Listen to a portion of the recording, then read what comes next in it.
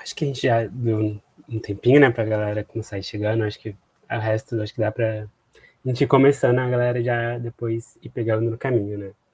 Então, gente, boa tarde. Eu queria, primeiramente, agradecer a presença de todo mundo aqui, principalmente da Lana e da Lívia, né, que proporam essa roda de conversa, essa troca pra gente, pro Capta.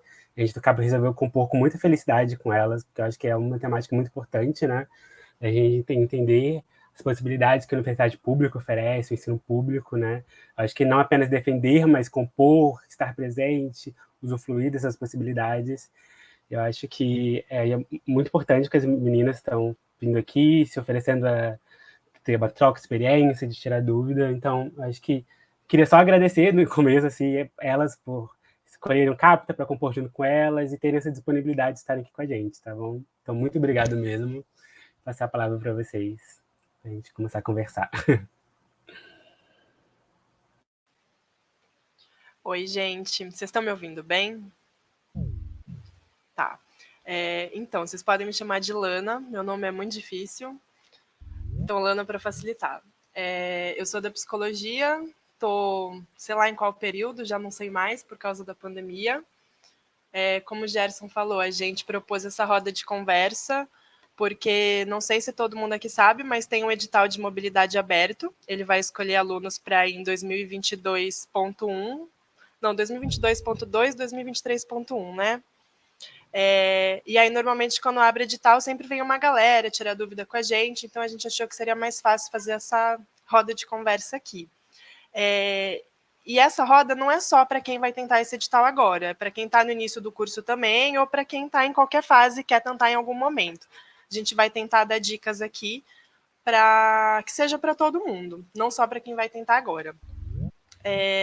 Eu vou me apresentar rapidinho, falar para onde eu fui, aí a Lívia se apresenta também, e aí depois acho que a gente pode começar respondendo as dúvidas de vocês.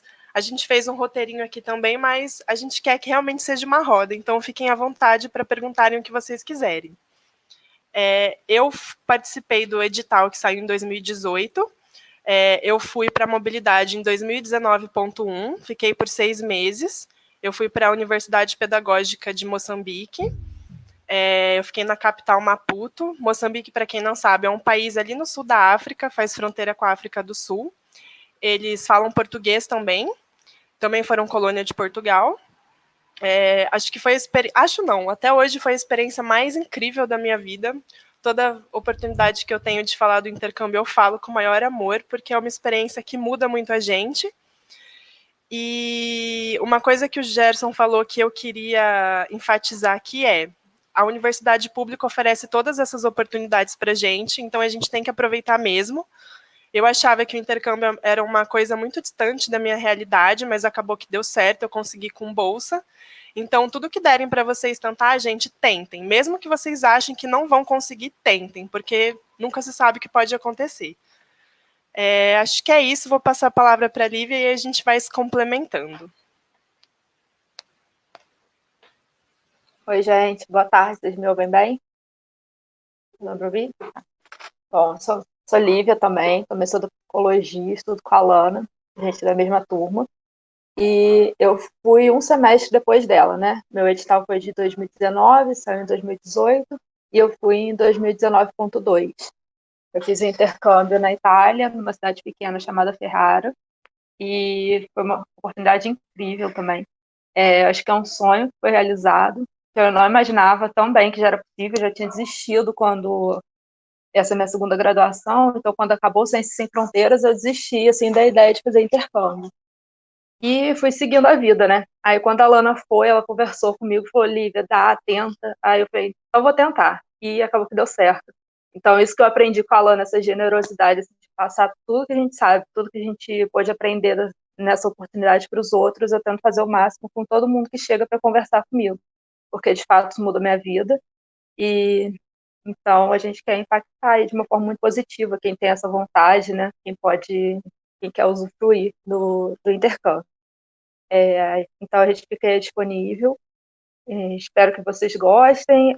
Espero que vocês compartilhem as dúvidas também para que a gente possa fazer disso uma roda, uma conversa e que acrescente para todo mundo.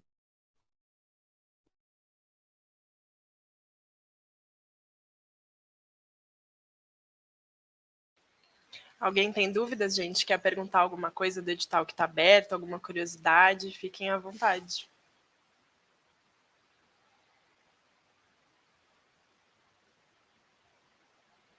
A ideia aqui é a gente falar... Opa! Eu tenho uma dúvida, eu acho que é uma dúvida bem básica. Eu não entendi se você estava perguntando também, ou se você ia chamar o pessoal para perguntar. Mas a minha dúvida acho que é bem básica. Eu acho que foi um pouco de falta de compreensão, não sei, um pouco digital. Mas pelo que eu entendi, são duas modalidades para a Bolsa. Uma é que eles pagam a mensalidade da universidade, matrícula, essas coisas, e você paga a sua estadia e transporte e tudo. E a outra é onde você também recebe uma bolsa para tudo, digamos assim, né? Para sua estadia lá. E essa que recebe a bolsa para estadia é só para os alunos que se enquadram, que entraram pelas ações afirmativas e coisa assim. É isso mesmo?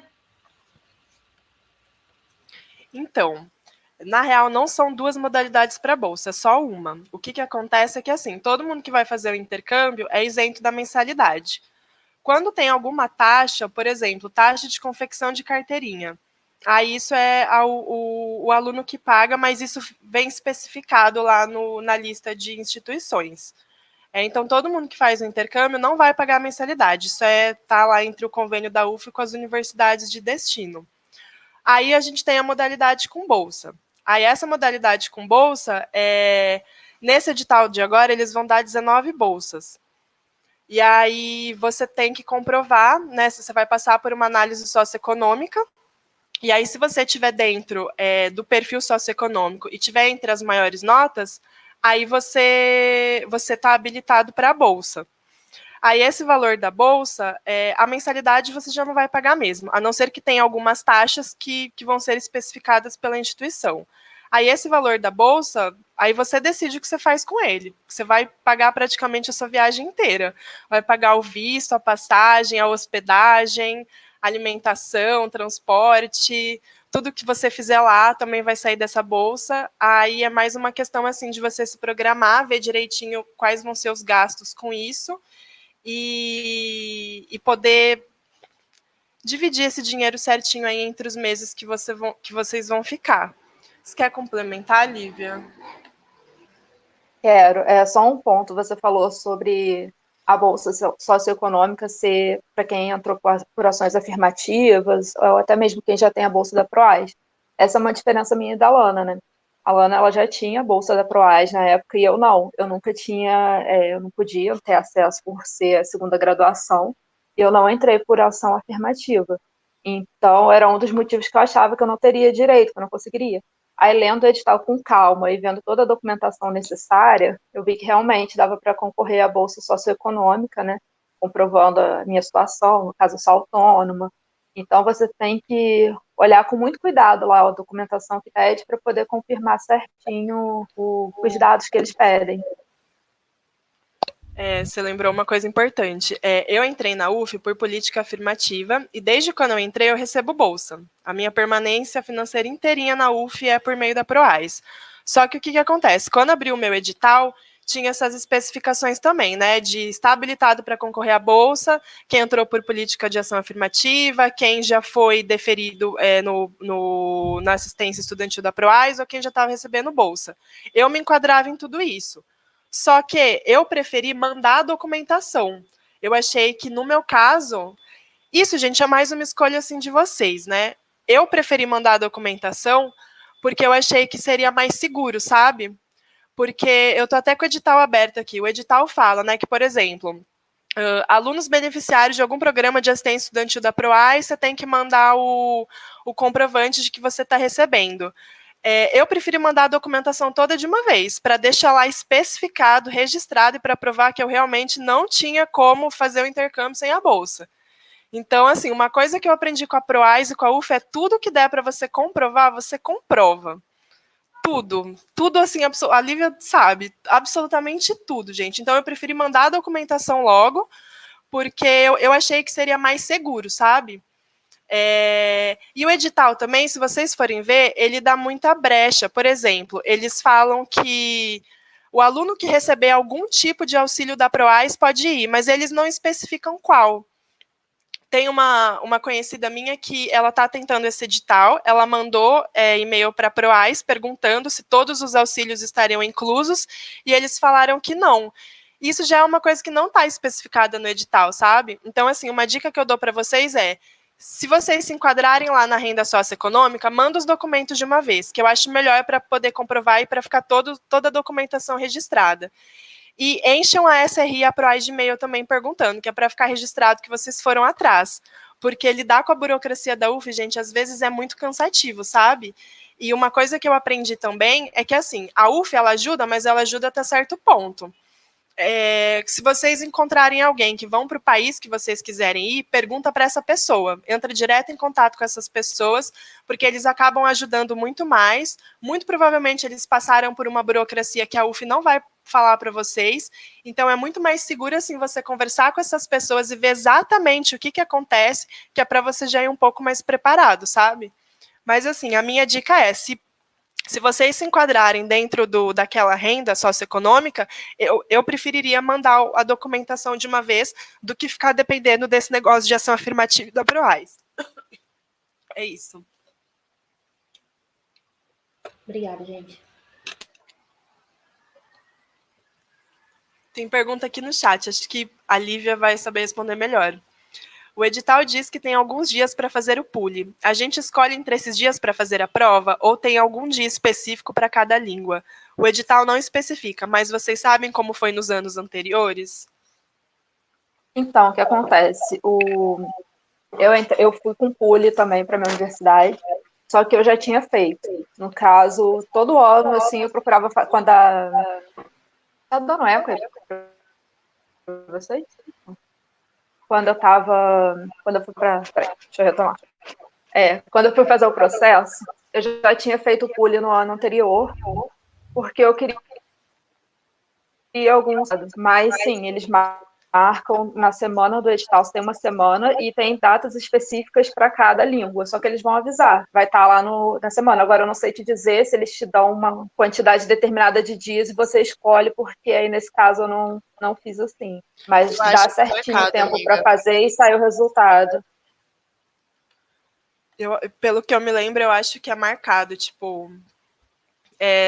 acho que você tem uma lista lá de alunos, né? Eles têm que fazer a prova em tal dia, tal hora. E agora está sendo tudo online também, né? Antigamente, que muito provavelmente eu acho que vai voltar assim quando a gente voltar presencial, as provas do PULE elas são feitas em Niterói. E isso acaba sendo um gasto para quem é do interior.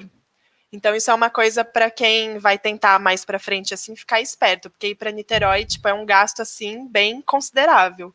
Eu não sei se eles vão manter alguma coisa no online, mas antigamente, assim, você tinha que ir para lá e era uma coisa que você tinha que se planejar por causa do valor da passagem, né?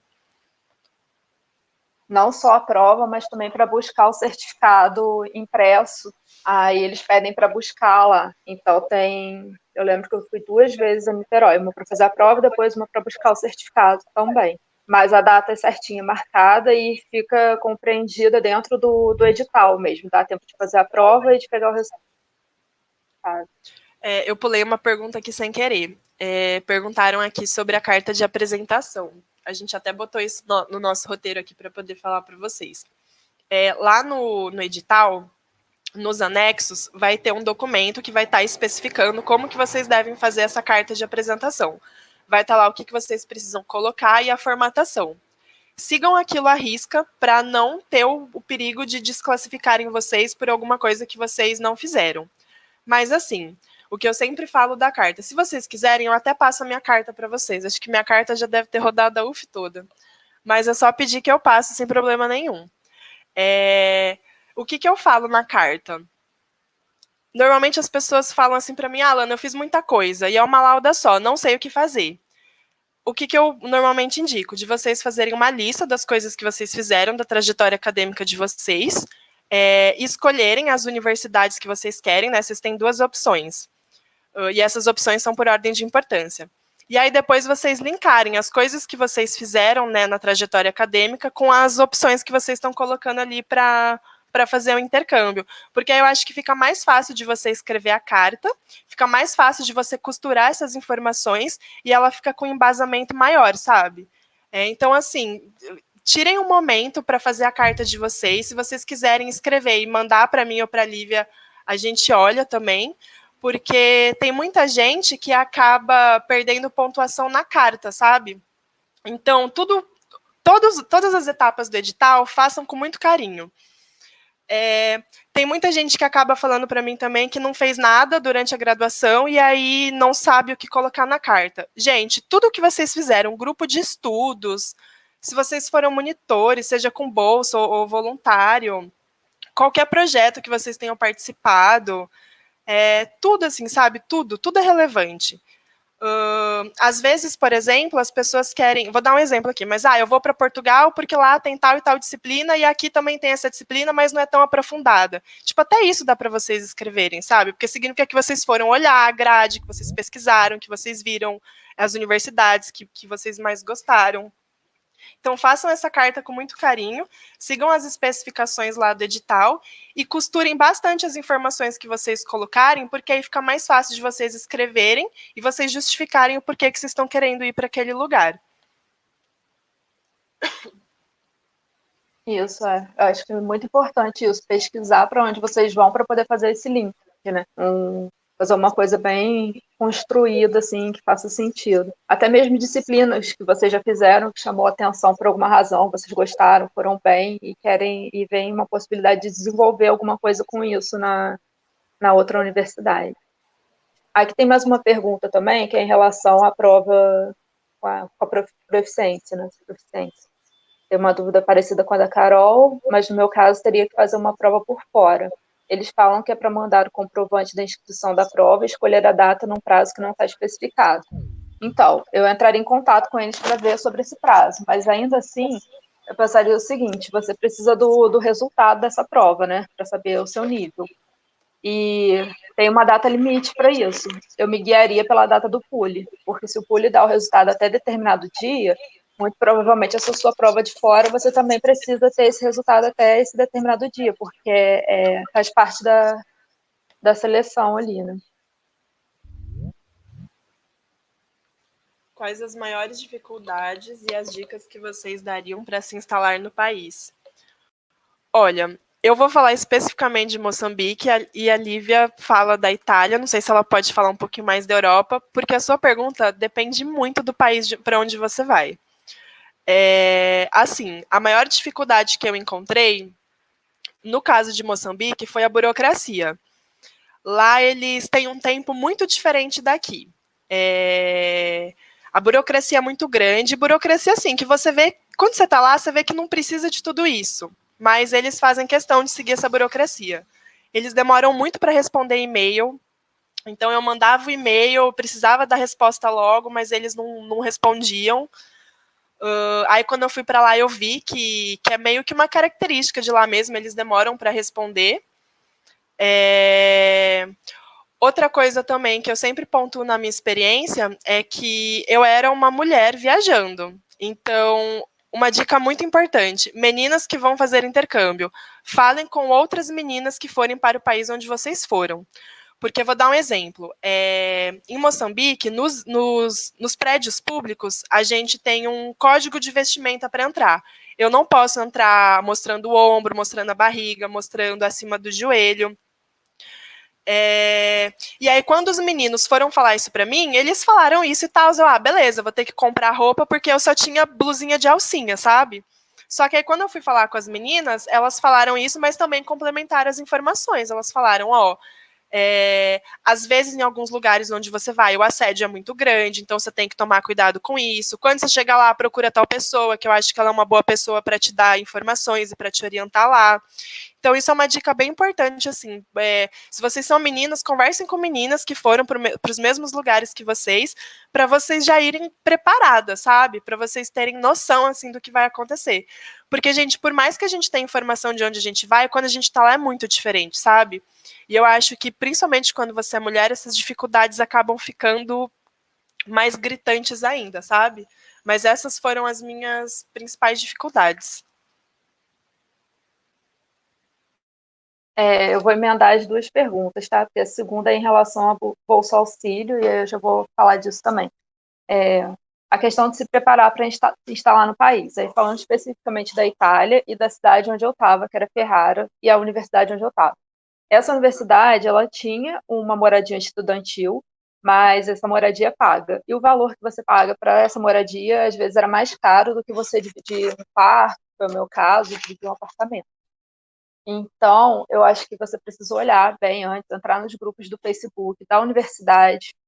Facebook ajuda muito nesse caso, né? Porque você entra em contato com os alunos de lá também, não só os brasileiros. Grupos de aluguel, né? De divisão de quarto, tem muito isso. E tentar já sair daqui com um lugar certo para morar, né? Ver qual o local melhor, se é melhor você tentar a moradia ou não.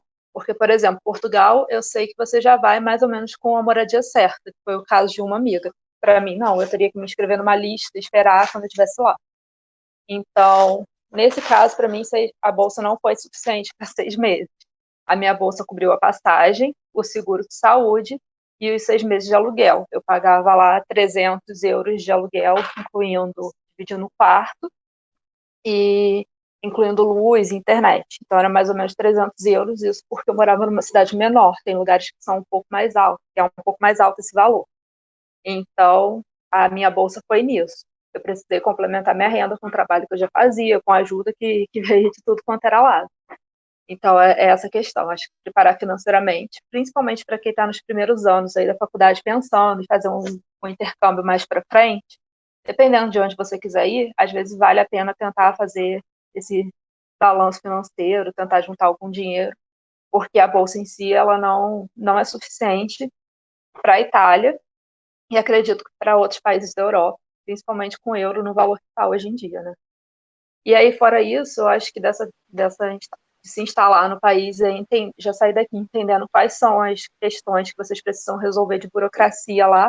Na Itália, assim que você chega, você tem que fazer a sua documentação dizendo que você chegou no país, pedindo o seu permesso de soggiorno, que é o seguinte, você tem o visto para ir para lá, mas quando você chega no país, você precisa fazer uma documentação que te dá permissão para ficar lá. E você tem um prazo para isso, que agora eu não lembro, acho que são 15 dias para dar entrada.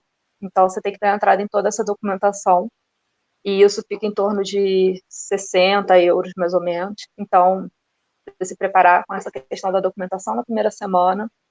E para quem vai para a Europa, eles têm uma organização de alunos do Erasmus. O Erasmus é o programa de intercâmbio, né? Que é muito forte, é do mundo inteiro, mas é muito forte na Europa. E esses alunos eles se organizam na ESN. Então, eu acho que é muito interessante você buscar na sua universidade quais são os grupos de ESN, porque eles realizam vários eventos de recepção de intercambistas. Então, mesmo o caso da nossa mobilidade não ser do Erasmus, a gente é incluído em tudo. E aí eles vão fazer uma carteirinha, vai ter atividade durante toda a primeira semana, e aí você vai conhecer pessoas e se ambientar um pouco melhor lá no lugar. Fora isso, eu acho que o YouTube ajuda muito. A minha cidade era um ovinho, era muito pequena, e eu achei uma youtuber que morava nessa cidade, falava, então, assim, já conheci muito da cidade antes de chegar. Isso foi muito importante também. No meu caso, gente, a bolsa ela deu para o intercâmbio inteiro. Ó, vou ser bem detalhista com vocês. É porque hoje os valores mudaram, né? Mas na época que eu fui, quem ia para a África ganhava 12 mil reais. Aí eu peguei a bolsa, peguei os 12 mil. Com os 12 mil, eu consegui pagar tudo e eu ainda consegui guardar um dinheiro. Por quê?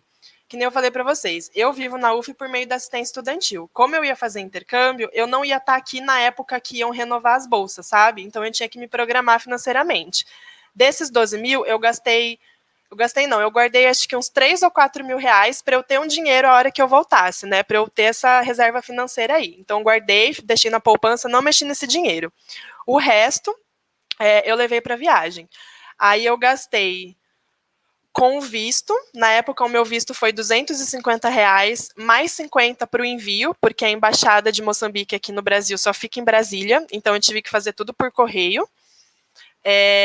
Aí eu paguei a moradia também. Uma coisa assim que para mim foi diferente é que eu não sei, não posso falar que em todo mundo é assim, mas muitos lugares fora do Brasil a moradia é paga, não é que nem aqui que é de graça. E às vezes, dependendo do lugar para onde você vai na Europa, não é um valor tão baixo assim, sabe? Então, isso é uma coisa bem importante também de vocês verem se a universidade de vocês oferece a residência universitária e quanto é. No meu caso, tinha residência universitária. Na época, na conversão, dava mais ou menos uns 250, 300 reais para ficar lá. Aí eu também indico vocês a perguntarem para outros brasileiros, ou, enfim, quem vocês conseguirem entrar em contato, como que funciona a residência. Por quê? No meu caso, por exemplo, a residência tinha horário de entrada. Eu não podia, depois das 23 horas, a gente não podia entrar mais. Eles acabavam dando uma colher de chá para quem era intercambista, mas sempre rolava uma dor de cabeça, sabe? Então, pesquisem bastante, vejam se vale a pena. Eu fui lá, fiquei na residência no início, aí depois eu acabei indo morar com outra brasileira, a gente foi morar num quartinho alugado no centro da cidade, que eu achei melhor do que morar na residência. Mas, assim, morar na residência também foi uma experiência legal, conheci várias pessoas, né? A residência ela era dentro da universidade mesmo, então eu estava ali pertinho o tempo todo.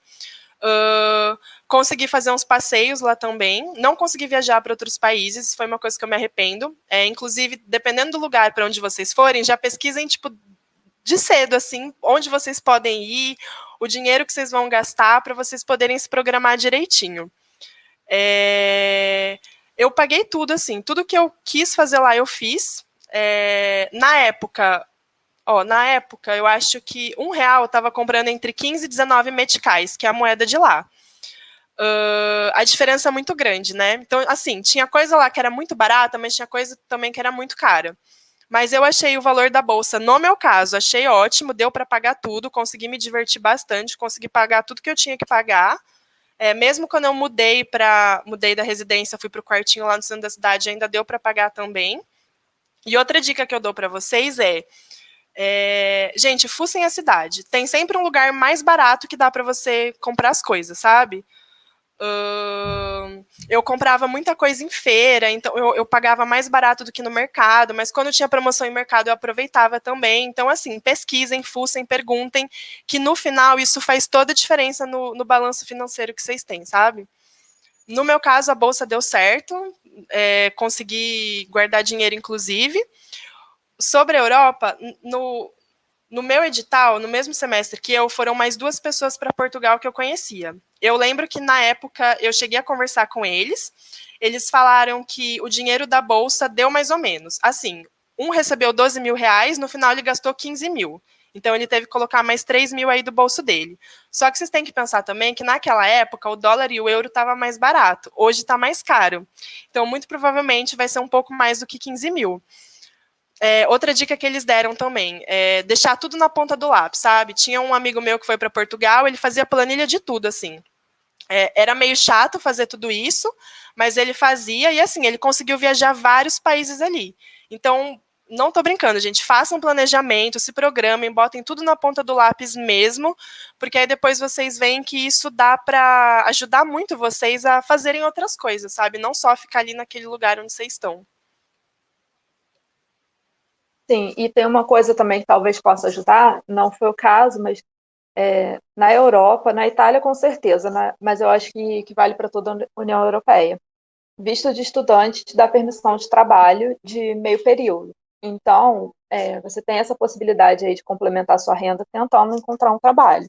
A dificuldade é encontrar esse trabalho. Eu estava lendo hoje um pouco sobre isso e eu vi que agora os estudantes que são de fora da Europa precisam fazer uma permissão. E isso demora mais ou menos uns 2 meses para você conseguir. Mas é uma forma de talvez fazer um complemento de renda quando você estiver lá. Eu fiz, mas não foi nada formal, não tive nenhum contrato de trabalho, nem nada disso não que apareceu, né? Isso que a Lana falou é muito sério. Eu consegui viajar e era calculando na planilha, fazendo vários planejamentos. Para cada lugar que eu ia, era pensando qual era o melhor caminho de chegar mais barato, quanto tempo que eu ficava. Era um planejamento longo, muito detalhado, mas que deu certo, deu para conhecer bastante lugar, assim. E é fazer escolhas, né, durante todo o período. Carol, Carol, tem uma... é, Então, vocês estão conseguindo me ouvir? tá baixinho, mas tô. Então, eu tenho uma dúvida sobre o edital, é porque vai ser a primeira bolsa assim, de auxílio que eu vou pedir aqui na UF. E lá fala muito do grupo familiar, né? E aí tem um parente que me ajuda, por causa da pandemia, etc. Só que ele não é do meu componente familiar, tipo, ele não mora comigo, ele nem mora no mesmo estado, é só realmente uma ajuda assim extra. Aí eu preciso declarar a renda dele também, ou só naquela parte lá de botar a declaração de que ele me auxilia, não o contrário como do grupo familiar, porque meu grupo familiar mesmo não tem ele, assim, no caso. Aí eu fiquei com essa dúvida, assim. Então, o problema de lidar com isso, com a Proais, é porque se alguém te dá alguma ajuda financeira, muito provavelmente eles vão pedir para incluir a renda dessa pessoa, sabe? Mas aí, o que, que eu aconselharia? Dessa pessoa que te ajuda, fazer uma declaração de próprio punho, especificando que, olha, o contexto é esse, tal, tal e tal, eu ajudo a Carol com tantos por mês e apenas isso. Tipo, explicar bem detalhadinho, quanto mais você puder explicar, melhor. E especificar ali, muito bem especificado, que ele só te ajuda com isso, e reconhecer firme em cartório. Eu te indicaria fazer isso. Porque sempre rola isso, sabe? De alguém que recebe ajuda, mas não é assim, qualquer problema que eu tenho, essa pessoa vem e me dá dinheiro. Tipo, é isso aqui que eu tenho e não vai sair mais nada dela. Então eu te aconselharia a fazer isso. E esse lance com a documentação, gente, eu vou aproveitar para falar sobre isso.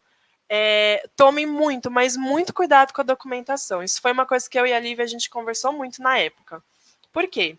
No meu edital, eles selecionaram as 75 maiores notas para poder fazer a comprovação socioeconômica, né, para depois poderem pontuar tudo e ver quem ia receber bolsa. Desses 75, eu fiquei em 72, gente. Então eu olhei aquilo e falei, eu nunca vou conseguir, jamais, eu tô lá no fim.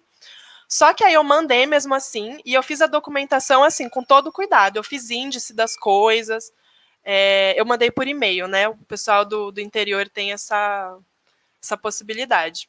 Eu fiz índice, eu especifiquei tudo, eu fiz declaração de próprio punho, explicando tudo, colocando todas as despesas que eu tinha.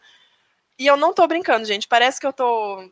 Não, façam isso mesmo, especifiquem tudo, assim, deixem tudo mastigado mesmo, porque a Proais, ela te questiona por coisas, assim, que você nem imagina, sabe? Então, dá tudo mastigado para eles, arrumem essa documentação com todo carinho.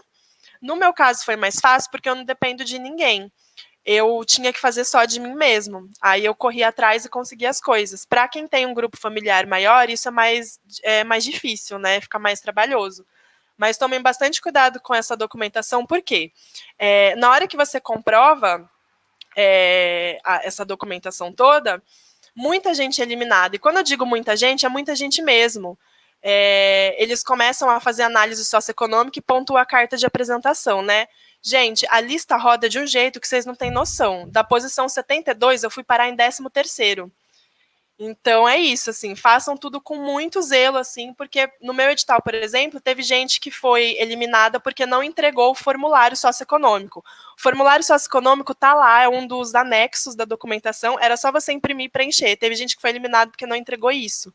Então, quando eu falo para tomar todo cuidado, não é à toa, gente, porque tem gente que é eliminada assim por coisa boba, tipo, não entregou a certidão de nascimento, não sei de quem. Então, façam isso assim com muito cuidado mesmo, e nisso roda muita gente mesmo. Acho que a Lívia pode falar também sobre isso, que no seu também rodou, né, amiga? O meu foi a mesma coisa, foi o que me incentivou até quando eu estava conversando com a Alana, porque eu falei, não vou conseguir entrar pelo critério socioeconômico, né? Ela falou, olha, a lista roda, e foi a mesma coisa, o meu também rodou, eu nem lembro, acho que eu passei em 13º, e também foi assim, foi subindo de posição em posição. Carol, em relação a isso que você falou, eu fiz essa declaração, no caso foi com meu pai até, eu estava com muito receio em relação à documentação, porque no meu caso, meu pai me ajudava com o valor do aluguel, um valor fixo por mês, e por fora eu trabalho, sou autônoma, e eu tive que comprovar que eu sou autônoma, e tive que comprovar essa renda que ele me dava por mês, mas eu tinha esse receio por ele ser meu pai, e eu não precisei comprovar assim, as documentações dele. Ele fez essa declaração ao próprio punho, falando que ele me dava um valor X por mês, fixo, né? Ele não poderia me dar mais. A gente foi no cartório, autenticou, reconheceu firma, na verdade, e eu incluí isso na minha documentação. Tá? Então, dá para fazer, dá para colocar assim. E é isso que a Lana falou, muito cuidado com a documentação. Eu achei uma coisa interessante que ela mostrou que fez, eu também fiz, a gente fez um documento no Word, né? E a partir desse documento a gente colocou todos os índices, e os índices eram o checklist de tudo que você precisava entregar de documento. E aí ali foi colocando numeração, página, e isso ajudou a não me perder, porque eu tive que fazer a documentação toda do zero, né? Então, assim, foram 40 páginas de documento. Então, isso ajuda muito você a não se perder e também a verificar se você fez tudo certinho. Entendi. Aí eu, Obrigada, gente. na, e eu vi que a Isabelle aqui perguntou como é que ficou essa questão do trabalho sem contrato, né? Então, assim, eu não trabalhei num lugar, eu entrei no Facebook e perguntei se alguém precisava de faxina, e aí eu encontrei uma menina na faculdade que de vez em quando ela precisava, e eu ia na casa dela e arrumava o quarto dela. Foi super tranquilo, era mais uma bagunça do que qualquer coisa, e foram poucas vezes, então eu não fiquei com muito receio, porque era isso, era assim, eu estava conversando com uma pessoa e eu ia arrumar o quarto dela, não estava trabalhando num local onde poderia ter uma fiscalização, e isso eu não recomendo que se faça, né, porque isso é muito sério. Mas no caso de prestar um serviço ou outro desse jeito que eu fiz, eu acho que não seria um problema tão grande, não. Gente, eu vou pegar aqui o gancho no que a Lívia falou. No mesmo semestre que eu fui, foi uma conhecida minha para Portugal. Ela ficou em Lisboa. Ela conseguiu emprego lá, mas como que foi isso? Ela entrou na OLX de lá e viu que tinha alguém anunciando que precisava de uma pessoa para trabalhar numa loja de souvenirs lá. Ela foi trabalhar, só que ela falou assim, Lana, é praticamente trabalho escravo, entendeu? Eu trabalhava todo final de semana, era o dia inteiro, era muito cansativo, mas para mim foi bom, porque eu consegui juntar um dinheiro, ela foi sem bolsa no caso, né? Ela juntou um dinheiro, e aí no último mês do intercâmbio dela, ela ficou só viajando. Então ela falou que ela preferia trabalhar o final de semana todo mesmo, para depois no final ela só aproveitar.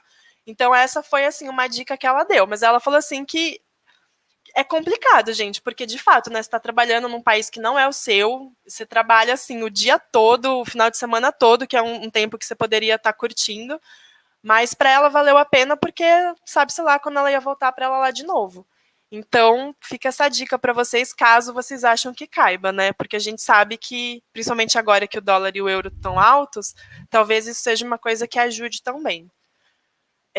E a Amanda perguntou se a análise de renda é parecida com a Dakota. É parecida.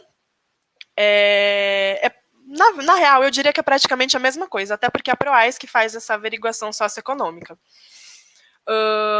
Então, assim, se vocês quiserem, depois eu até olho nesse arquivo que a gente fez. Eu só não passo esse arquivo para vocês, gente, porque tem valores e coisas ali que eu não acho legal compartilhar, né? Porque é muito pessoal. Mas eu posso fazer o índice ali de tudo que a gente fez. A Lívia também pode olhar o dela, se ela quiser, para a gente colocar e passar para vocês tudo que a gente botou ali. Por quê? Uma coisa que eu sempre falo, na dúvida se você bota tal documento ou não, eu sempre falo para botar. Porque, que nem eu falei, lidar com a ProAIS às vezes é um pouco complicado. Então, façam a listinha, façam checklist lá. Isso é uma dica que uma assistente social já me deu. Organizem toda a documentação. Por exemplo, quem vai comprovar renda da família toda. Separa os documentos da mãe, separa os documentos do pai, o seu, do irmão, para ficar mais fácil. Porque quando a assistente social pega uma documentação mais organizada, ela já analisa aquilo com outros olhos. Então, façam isso com muito carinho mesmo, sabe? Não é brincadeira, gente. É real isso. Só um ponto em relação a essa questão de renda e também de documentação, né? Eu tive que comprovar que eu era autônoma e que eu me sustentava de alguma forma aqui, né? E aí por exemplo, eu vendo crochê no Instagram, eu coloquei print da minha página do Instagram mostrando o que eu faço, quais são meus produtos, e coloquei, e aí eu tive que comprovar através das transferências bancárias e tudo mais, e de outros trabalhos que eu faço. Então, isso também entrou. E é importante você ter até algum tipo de registro, assim, de cartão de crédito, essas coisas, porque você, quando for fazer o visto, você vai precisar comprovar, pelo menos para a Itália, você vai precisar comprovar que você tem uma determinada quantia de dinheiro para ficar no país durante esses 6 meses. E aí eu não sei como que está hoje por conta do valor do euro, né? Então eu não sei se o valor da bolsa é o suficiente dessa comprovação que você vai precisar. A Lívia falou do print no Insta. Eu coloquei até as notinhas de supermercado, gente. Eu guardava tudo assim. e coloquei lá, especifiquei, ó, o mercado eu gasto tanto por mês, que já tira tanto da minha renda. Então não é brincadeira, comprovem tudo que der para vocês comprovarem. Coloquei até também o extrato do banco, sabe? Para comprovar que eu não tinha dinheiro na conta. Eu botei tudo que vocês podem imaginar, eu enfiei naquilo.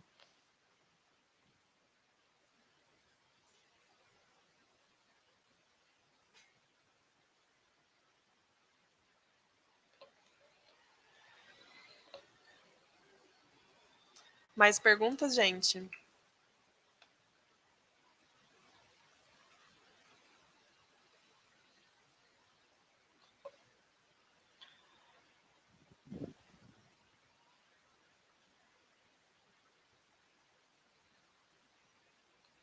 Sim, e o Isabela tá falando que no caso da Espanha, acho que tá uns 20 mil que você tem que comprovar, né, pro visto. Mas assim, lembrando que esses 20 mil conta tudo. Você põe cartão de crédito, então eles vão levar em consideração o seu limite bancário no seu cartão de crédito. Se a sua família tem outras pessoas, né, na sua composição familiar, coloca também do seu pai, da sua mãe, todas as fontes de renda, não só a renda que já existe, mas de possibilidades, aí você coloca lá para poder comprovar.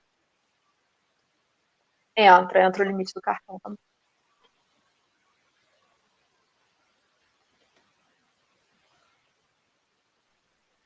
Eu tenho uma pergunta sobre quando a gente recebe a bolsa. Antes de receber o visto, solicitar, né, no caso, porque tem realmente isso de comprovar, né? Não sei se alguém já falou que caiu, eu só consegui voltar agora. Eu não entendi a pergunta, cortou um pouquinho para mim. Perdão, quando eles vão mandar a bolsa pra gente, caso a gente consiga, antes de solicitar o visto, quando que é mais ou menos, vocês lembram? Então, gente, a bolsa é uma novela. O que acontece? Quando sai a lista dos convocados, lá dos classificados para auxílio econômico, de todo mundo na real, eles vão marcar uma reunião de orientação. Essa reunião, ela é eliminatória, então vocês têm que ir nessa reunião. Se eu não me engano, desse edital, essa reunião vai ser online, né? Então já fica mais fácil. Mas compareçam, porque ela é obrigatória. Aí nessa reunião, você tem que levar uma cópia do seu passaporte. Se você não tiver passaporte, você tem que levar o comprovante de agendamento. Isso é uma coisa importante de falar, porque eu tive problema com isso. Eu quase perdi o prazo dessa orientação, porque o resultado estava para sair dia 25 de agosto de 2018. O resultado saiu dia 21 e eu fui ver no dia 22, porque eu estava esperando chegar dia 25 para ver. Gente, se Deus existe, ele coisou na minha hora, naquele momento ali, e falou, olha esse negócio. Aí eu olhei e falei, meu Deus, eu quase perdi o prazo. Aí eu tive que tirar o passaporte correndo, porque eu não tinha. O passaporte, gente, é uma coisa importante de vocês já se programarem. Se vocês verem que vocês estão avançando no processo, já se programa com o passaporte, porque não é barato. Eu paguei na época, acho que 267, 247, uma coisa assim. Então, se programem, porque não é um valor barato. Aí, por exemplo, eu fui lá e paguei o passaporte hoje. Quando dá baixa, quando processa o pagamento, aí que você pode fazer o comprovante de agendamento. Eu fiz o comprovante de agendamento quando eu estava em Niterói. Aí eu fiz, imprimi e levei. Aí lá eles explicaram que, assim, a partir do momento que os intercambistas são selecionados, eles começam a entrar em contato com as universidades de destino. E aí entra na burocracia deles. No meu caso, por exemplo, eu fui apresentada lá para a Universidade de Moçambique, aí lá a Superintendência de Relações Internacionais deles me pediram para eu mandar uma outra carta de motivação explicando por que eu queria estudar lá. Pediram para eu mandar também o meu histórico escolar com as minhas notas e pediram para eu fazer o seguro-saúde internacional. O seguro-saúde eu não precisava comprovar naquele momento, tanto que eu até deixei para fazer depois. Mas o resto eu tive que comprovar. Tive que mandar o que eles pediram. Aí eu mandei, aí eles me mandaram uma carta de aceite. Aí é só com essa carta de aceite que você pode pedir a bolsa. Eles não vão pagar a bolsa, não vão dar entrada em nada enquanto você não tiver a carta de aceite. E aí a carta de aceite é importante também, porque é a partir dela que você solicita o visto de estudante. Então, e aí nisso, o dia que você receber a bolsa vai depender muito também do dia que eles derem entrada. No meu caso, eu recebi a carta de aceite no dia 12 de dezembro, se eu não me engano. Aí eu dei entrada lá com a SRI, eles solicitaram lá o pagamento da minha bolsa, mas eu só fui receber essa bolsa em janeiro, porque eu peguei bem o recesso de final de ano, sabe? Então eu já estava desesperada, assim, porque eu achei que ia dar alguma porcaria comigo, que eu não ia receber, mas deu certo. Mas, assim, tudo vai depender da carta de aceite, inclusive o seu visto, assim. Se a Lívia quiser complementar. Sim, no meu ano, a gente teve um problema que foram os cortes, né? Tiveram alguns cortes para verba, para mobilidade. E aí teve todo um bafafá de que não ia acontecer o intercâmbio, que não ia ter bolsa, e as bolsas foram sendo liberadas bem aos poucos, e o visto já estava marcado, eu já tinha recebido a carta de aceite, e já tinha já estava agendado lá no consulado, e não tinha caído a bolsa. E eu precisava comprovar, no caso, essa verba, né, essa renda para poder estar lá. E essa renda só viria com o valor da bolsa. Eu não tinha esse dinheiro todo para comprovar na época. Isso aconteceu comigo e com várias outras pessoas, né? Então, o que a universidade fez foi, eles fizeram uma declaração, a gente pediu uma declaração de que a gente tinha sido aceito para a bolsa, que a gente receberia a bolsa até determinada data, e eu fui para o consulado com essa declaração, e lá eles aceitaram, né? Até porque já tinha vindo a carta de aceite da universidade. No caso da Itália, essa carta de aceite ela é enviada tanto para o consulado, por e-mail, a universidade envia para eles, e eles enviam para a gente também em papel, né, pelo correio, e aí tinha que apresentar os dois. Um problema que eu tive com a minha universidade em relação à carta é que, para eles darem a carta de aceite, eu precisava fazer um plano de estudo. Não é o plano da UF. A UF dá um documentozinho para você preencher de que seria o nosso plano de estudo. Eu enviei esse para a universidade, eles não aceitaram, falaram que tinha que ser um outro modelo. E aí a dor de cabeça para mim, no caso, foi descobrir que outro modelo era esse, porque eles não tinham um modelo e a UF também não tinha um modelo. Aí na época eu fui pesquisando, assim, eu lembro que eu entrei no site da universidade em algum lugar, entrei em contato com alunos e tudo mais, em algum lugar eu achei esse modelo e preenchi. Mas foi bem difícil porque a UF não ajudou em nada nesse processo, eles só falaram que não sabiam. E eu precisava para poder ter o aceite, né? Então foi um pequeno contratempo ali, dentre outros que acontecem às vezes. Então a gente tem que correr muito atrás mesmo, buscando informação com a universidade. Assim, eles pedem para a gente não entrar em contato com a universidade até eles entrarem em contato com a gente. Mas a partir do momento que eles entraram em contato comigo, foi através deles que eu consegui resolver, né? Algo que não interviu. Depois que a universidade entra em contato com a gente, a UF não faz mais nada, é tudo por nossa conta, assim. Então, por isso que eu sempre falo para vocês conversarem com pessoas que já foram, porque tem coisas assim que são muito específicas de cada lugar, sabe? Por exemplo, a Lívia teve esse problema com o plano de estudo, mas no meu caso eu fiz o plano de estudo aqui, mandei para eles, chegou lá eu podia mudar tudo, assim. E um dos meninos que tinha ido para lá antes tinha falado, nem se preocupa muito com isso, porque chega lá você pode mudar tudo. E aí, no meu caso também, eu poderia pegar a disciplina de qualquer curso da universidade. Eu sei que tem universidades que são mais restritas em relação a isso, mas a que eu fiquei, eu podia pegar qualquer curso, era só o professor liberar. Teve isso também. Eu tive um problema sério em relação a isso. A gente pode até falar um pouco, o pessoal que vai com inglês, por exemplo, para alguma universidade que não seja de língua inglesa, porque isso aconteceu comigo. Primeiro, eu mudei meu plano de estudos depois que eu cheguei lá. Isso que a Lana falou é muito tranquilo você mudar, alterar, não tem problema. E deixa eu só responder antes a pergunta da Isa, aí eu falo dessa questão da língua estrangeira. Ela está perguntando se precisa levar a comprovação de renda, né? Então, do imposto de renda. Eu acho que isso vai depender muito da regra do país que você está indo. Aí pela Espanha, eu não sei como é que funciona. Cada país tem uma legislação diferente em relação ao visto, né? Até a forma de você marcar. E tem uma outra questão muito séria agora também, que é o Covid, né, gente? Então tem que ver certinho, porque muito provavelmente as regras mudaram.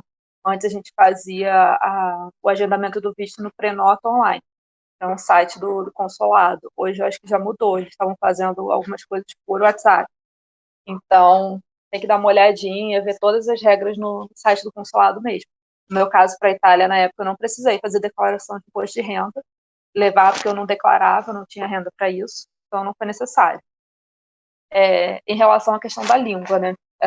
Já que a gente estava falando do plano de estudos. O que acontece? Eu fui para uma universidade italiana que tinha aulas em inglês.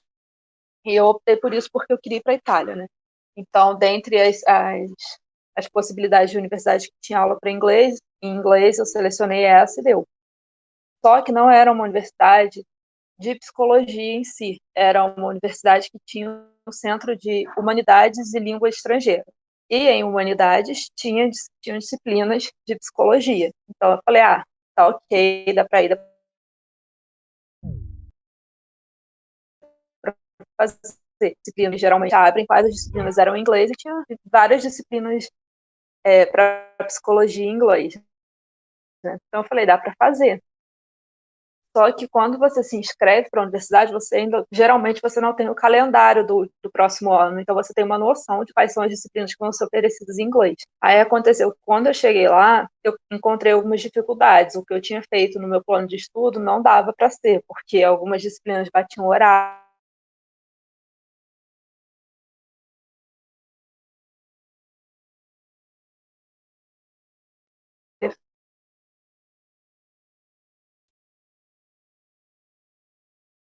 As matérias que eram em inglês e da psicologia de todas, como que eu vou fazer?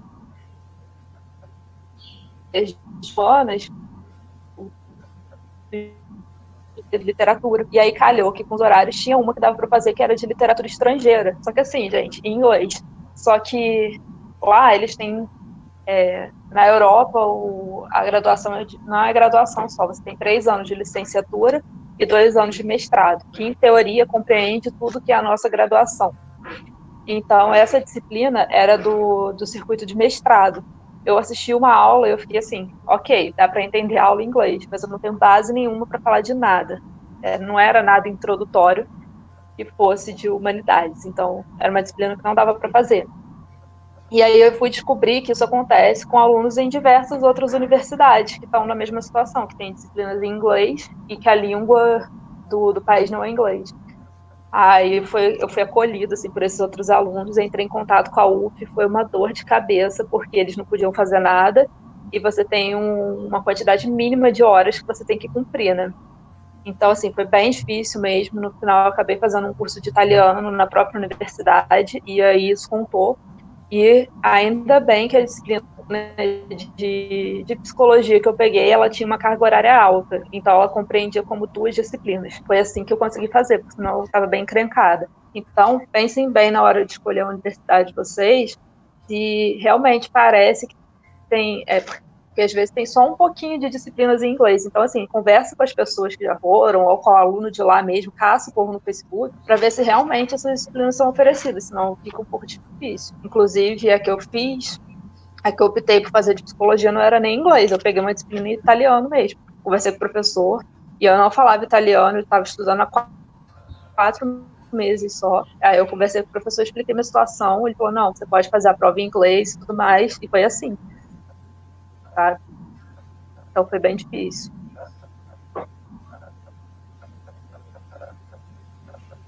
Vocês acharam muito puxadas as matérias e a faculdade? Olha, não. Inclusive, isso é até uma coisa assim que eu falo pra galera que vai. Se vocês vão com a expectativa acadêmica muito alta, baixa a expectativa. Porque é outra cultura, é outro país, outro continente. Moçambique eu senti muito isso. Os meus amigos que foram para Portugal também falaram muito isso também. Que às vezes eles até tinham uma ideia assim, de que era uma continuação do ensino médio. É que às vezes a gente vai com a expectativa muito alta e aí fica muito difícil dessa expectativa ser frustrada. E eu acho assim que a grande sacada do intercâmbio na graduação é mais pela experiência cultural, pela experiência afetiva, sabe? Acho que nem tanto pela acadêmica, mas também acadêmica, né? Então, assim, no meu caso, por exemplo, eu não achei as disciplinas nem um pouco puxadas. Inclusive, eu mal tinha aula, na verdade. Em 2 meses de aula, eu tive 3 aulas e uma delas foi teste. Isso era uma coisa que o pessoal já tinha me alertado já. Era muito comum não ter aula ou o professor chegar muito atrasado. Participar de projeto de extensão ou de pesquisa lá era um pouco mais burocrático, assim, e também não tinham tantas opções. Então eu foquei em outras coisas, assim, da minha experiência, sabe? Eu fiz tudo o que eu tinha que fazer na universidade, fiz as disciplinas, participava das aulas. Acho que o fato de você ser estrangeiro também acaba te dando alguns privilégios, assim, sabe? Os professores te conhecem, os alunos também. Acho que tem certas coisas que você acaba conseguindo com mais facilidade. Mas aí eu acabei focando em outras coisas fora acadêmica. Eu conheci muito da história da cidade. Maputo, por exemplo, tem uma cena cultural e artística assim incrível, incrível. Então eu acabava assim me aplicando mais nisso, sabe? Porque eu acho que se eu ficasse só no contexto acadêmico, eu acho que não seria tão rico quanto foi tudo. E já aconteceu também de eu conversar com pessoas que eles foram para um país específico porque tinha um grupo de pesquisa em uma área que eles gostavam muito, mas aí quando eles chegaram lá, isso não existia mais.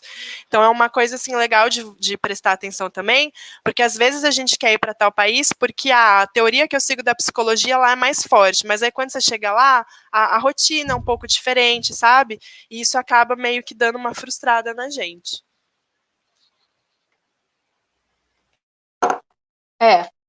Em relação a isso de ser puxado ou não, lá o semestre é dividido de uma forma um pouco diferente, né? A gente acho que tem 3 meses de aula, ou 2 meses, agora não tenho certeza, mas acho que são 3 meses de aula, e aí depois você tem um mês aí de ato para você estudar, e você tem um tempo para você marcar a prova. Pelo menos nas universidades italianas, a maioria era assim. Aí você tinha um mês para fazer a prova, o professor dava algumas datas de opção, você ainda podia escolher. E aí o que acontecia? Primeiro, você poderia optar por fazer disciplina virtual, algumas, né? Presencial ou virtual. Se fosse presencial, você tinha uma bibliografia lá, você precisava, teoricamente, você precisava ler toda aquela bibliografia e estar presente nas aulas. E se você optasse pela virtual, a sua bibliografia aumentaria e a sua prova seria um pouco diferente, porque incluía esse material extra. Só que eu percebi assim, as aulas são mais curtas, né? 3 meses só. As aulas de 2 horas também. Salas lotadas, lotadas na minha universidade. A disciplina que eu fiz eram 3 salas de aula, que era exibido no telão, o que o professor estava falando numa outra sala. Mas não achei tão difícil. A bibliografia era extensa demais, mas na hora de fazer a prova era só o que ele dava em sala mesmo, sabe? Não foi uma prova muito difícil.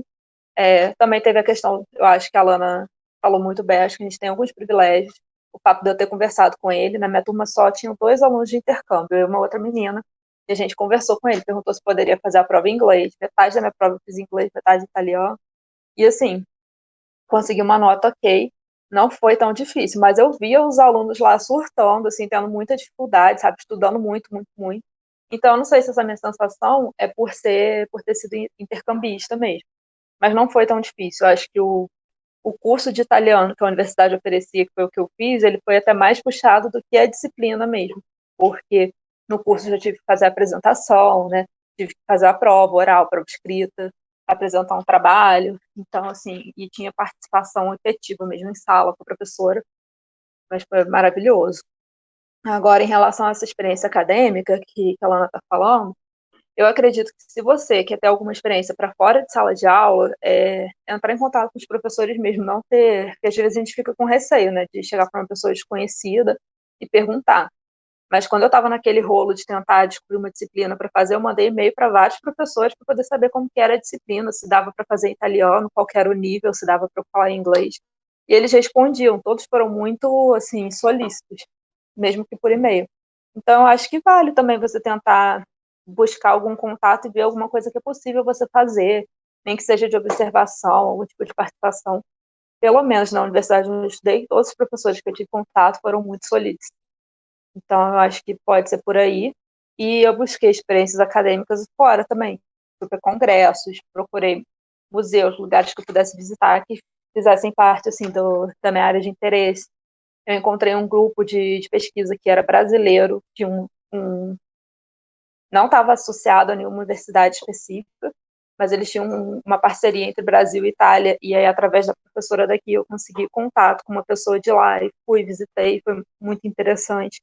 Então, eu acho que é um pouco da gente se dispor, assim, a dar a cara a tapa mesmo e chegar nas pessoas na simplicidade e perguntar o que pode ser feito, se tem alguma coisa ou não.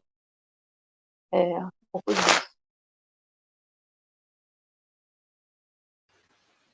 teve um veterano nosso, ele está formado, na verdade, mas na época que ele fez intercâmbio, ele foi para a Universidade do Minho, e lá ele até conseguiu trabalhar em um dos laboratórios. Então, é tipo, perguntar mesmo e ir atrás para ver se tem mesmo aquelas matérias que você quer. Eu tive problema com isso. Eu montei a minha grade de acordo com as matérias que tinham no site, porque a universidade não me mandou a relação de disciplinas, mas como tinha lá no site, eu fiz com a do site mesmo. Só que quando eu cheguei lá, a entrada deles é anual, não é que nem a nossa, né? Que todo semestre tem as disciplinas. A deles é uma vez por ano. Então, as disciplinas que eu mais queria fazer não estavam disponíveis naquele semestre. E aí eu tive que mudar todo o meu plano. E tinha uma disciplina que eu queria muito fazer, que era de antropologia cultural moçambicana, que eu tô na vontade até hoje porque não abriu. Então, é bom vocês entrarem em contato com as outras pessoas também para saber direitinho as oportunidades que tem, se é muito difícil, se não é, sabe? Se tem essa abertura.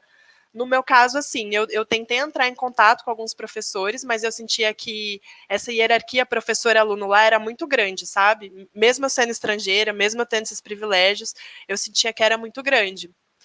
Isso é uma coisa legal de vocês perguntarem para as outras pessoas também, porque aqui no Brasil, a gente fala muito sobre essa questão, né, da distância entre o aluno e o professor. Mas tem lugares que essa distância é ainda muito maior, assim. Por exemplo, eu chegava na sala, todo mundo sentado assim, bonitinho, eu com o pé na cadeira, meu Deus, eu tô errada aqui, né, deixa eu me arrumar.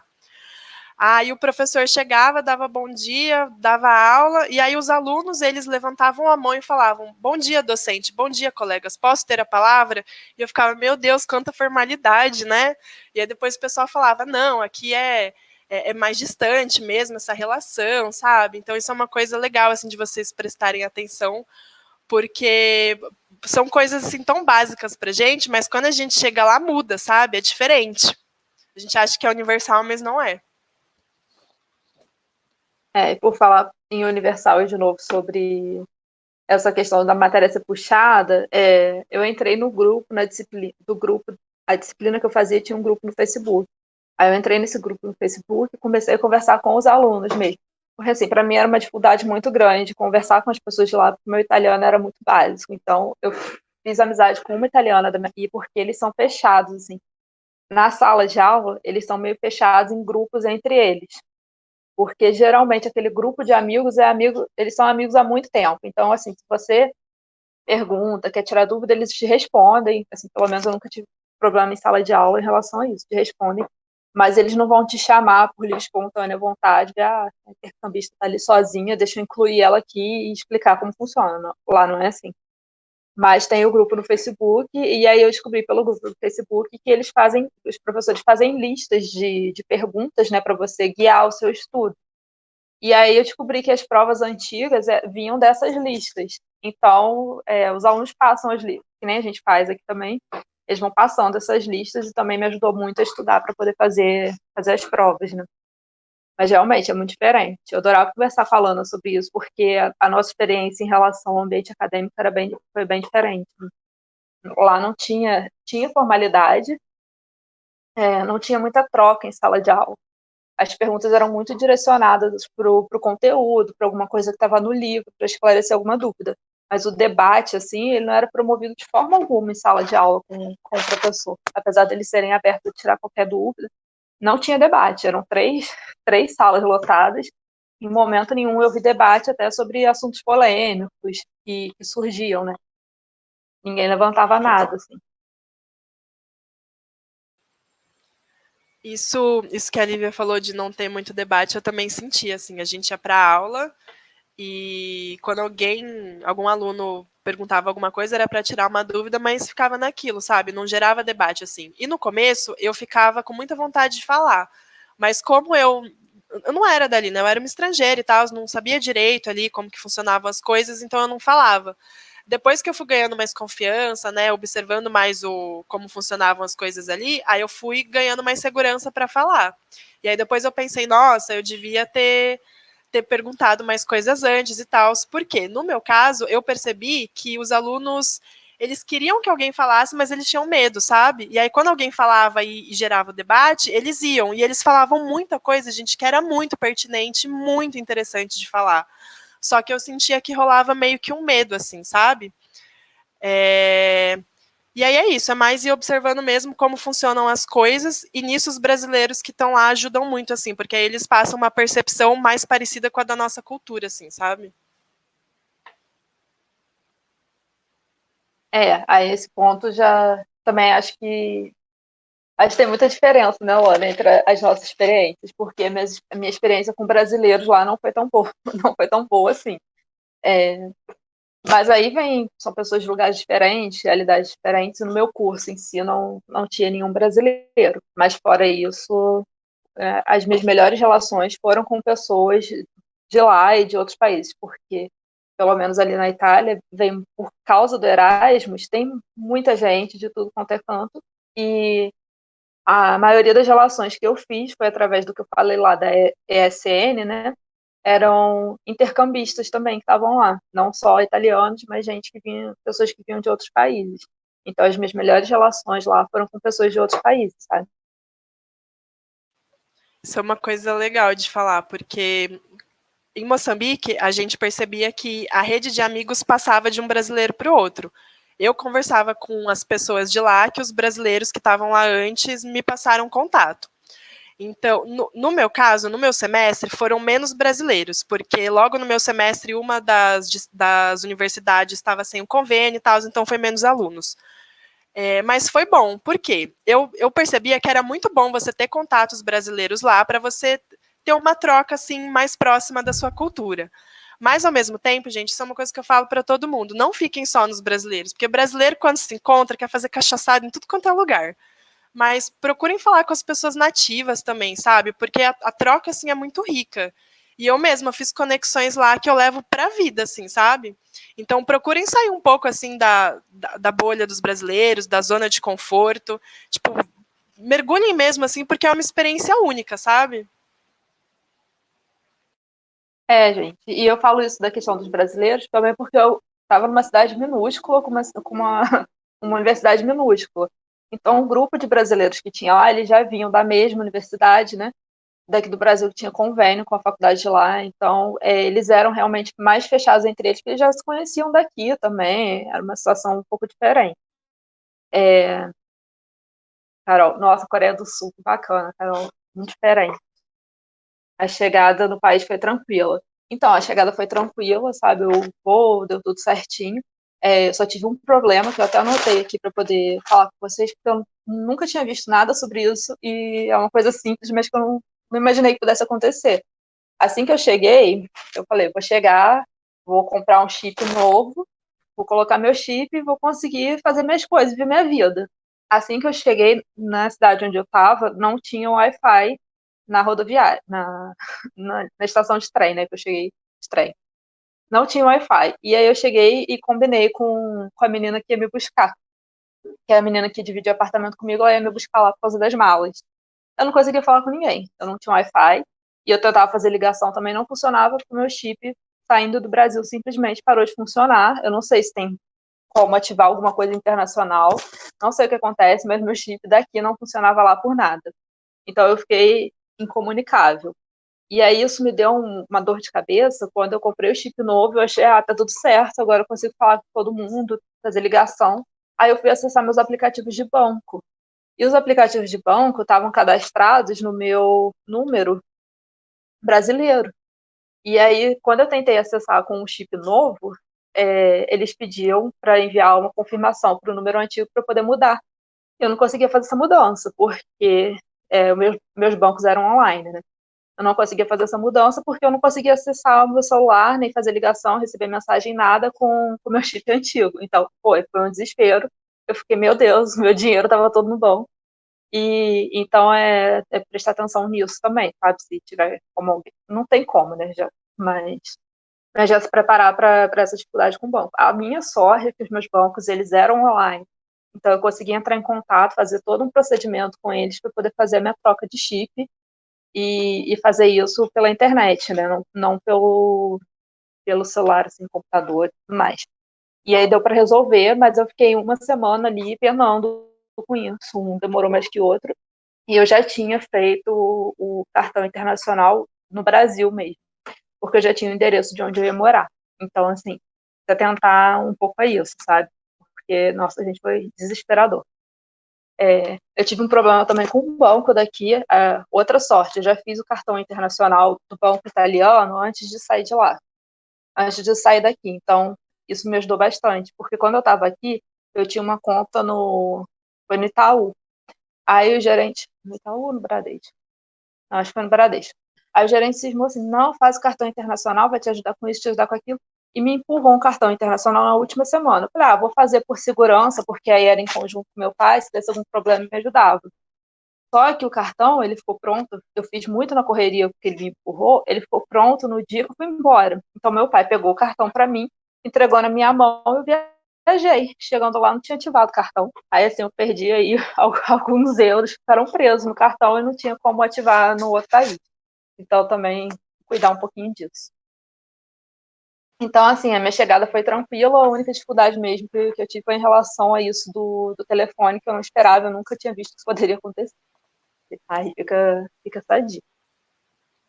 Gente, E a sua, Laura? então, a minha foi tranquila, mas o que aconteceu? A universidade que eu fiquei, eles mandaram um carro para buscar, porque foi eu e uma menina na época, né? Depois ela acabou voltando pro Brasil, eu fiquei lá. Mas eles mandaram um carro para buscar a gente. Então foi tranquilo nesse sentido. Não sei se quais outras universidades, né, que tem esse procedimento, mas isso é uma coisa assim, importante. Se vai alguém buscar vocês, confirmem mesmo que é aquela pessoa que vai buscar vocês. Porque é complicado viajar sozinha, gente. Então, prestem bem atenção nisso. A minha chegada lá foi tranquila, só que assim, tinham coisas que eu não tinha parado para pensar, que só lá que aconteceu que eu falei, caramba. Por exemplo, eu estava no Aeroporto Internacional de Maputo. O Wi-Fi não pegava lá de jeito nenhum, não pegava. Então eu fiquei incomunicável ali. Sorte que o pessoal da universidade foi lá buscar a gente. Então eles já estavam lá esperando, foi fácil da gente se identificar. Mas isso é uma coisa assim para prestar bastante atenção. Quando eu viajei, eu já estava com o chip de lá, porque um dos meninos que tinha ido, ele era da mesma cidade que um amigo meu, então eu consegui pegar o chip. Então eu já fui para lá com o número de lá. Mas assim, foi sorte minha, sabe? Esse negócio do chip é bem importante de vocês verem mesmo como funciona. A Carol até falou que ela explica aqui se quiser, porque, gente, não fiquem comunicáveis. Eu acho que eu passei mais perrengue voltando para o Brasil. Por quê? O meu celular lá foi roubado, tipo, no meu último mês de intercâmbio foi roubado. Não dava para eu comprar outro lá, ia comprar só no Brasil. Então eu fiquei usando o celular da menina que morava comigo. E aí, quando eu viajei sozinha, sem saber falar inglês e sem celular, totalmente incomunicável. Então, gente, eu entrei em pânico, assim, em pânico. Mas deu tudo certo, sabe? Mas tomem bastante cuidado com essas coisinhas, porque... Outro exemplo também, a menina que morava comigo, eu fiz a conexão na África do Sul, ela fez na Angola.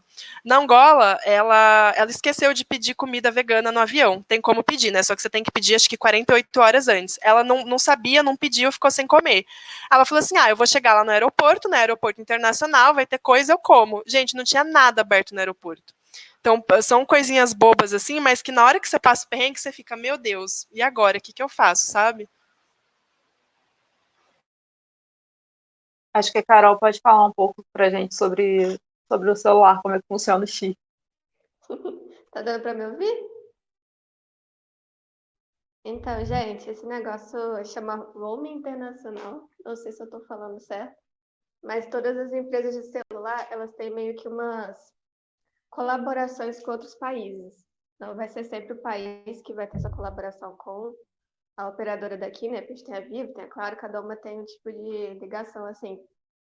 Então, acho que quando vocês souberem já para qual país vocês estão indo, é bom vocês olharem no site da operadora ou entrar em contato para saber com qual país essa operadora tem ligação, tem algum convênio, e aí ver o preço de quanto custa esse home internacional, porque você pode contratar pacotes. Tipo, quando a gente contrata pacote de internet aqui de 7 dias, coisas do tipo, você pode contratar esse pacote para quando você estiver no exterior. Ele pode cobrir esse tempo até você conseguir comprar esse chip do lugar. E aí você consegue fazer essas modificações, né, de banco, essas coisas. E assim, é um preço um pouco salgadinho, dependendo da operadora. Mas, assim, vale a pena você conversar para ver só para você não passar esse perrengue, né? E tem os pacotes assim menores, às vezes de 24 horas, aí É só você entrar em contato com a operadora e perguntar quais são os pacotes de roaming internacional. É bem simplesinho. Aí eles vão explicar direitinho como que é. Porque eu só sei, assim, da minha operadora como que funciona, né? Não sei de cada uma. Mas é só ligar. Obrigada. Eu achava que era só ativar. Eu cheguei lá, ativei. Não tinha, né? Então, não coloquei crédito nenhum. Ai, gente, que desespero foi. Meu Deus. E isso é perigoso também, porque às vezes você tá num lugar que tem uma Pô, cobertura, você não é, sabe, isso vem na sua fatura. é, pode ser. Não sei como é que seria. Mas, tá, vamos ver aqui. Acho E a que. gente tem que ter como pausar também o seu plano, tá? Quando vocês vão sair do país, vocês podem entrar em contato com o operador e pedir para pausar, caso vocês tenham alguma fidelização. Gente, É do lance. maravilha, que não perde. Desculpa, que não perde o Não, número, né? desculpa. Vou Não, é falar, que vocês falaram do cartão, eu esqueci de falar. Esse lance do cartão, gente, não deixa para ver essas coisas na última hora, porque a probabilidade de dar errado é muito grande. Mas eu tinha falado com uma menina, ela tinha conta no Bradesco, tava lá. Ela falou que ela só foi no banco, ele ativou o negócio internacional lá e ela conseguiu usar o cartão dela. E eu tinha conta no Bradesco também. Quando eu fui no Bradesco, ela falou que isso não dava, que eu tinha que pedir um outro cartão. Gente, eu não sei que rolo que deu, porque banco adora enrolar a gente, né? Só que acabou que eu pedi o cartão, só que esse cartão só chegou quando eu estava em Moçambique. Então, o que eu fiz? No meu caso, eu consegui levar o dinheiro espécie, eu levei em dólar, e aí lá eu trocava na casa de câmbio.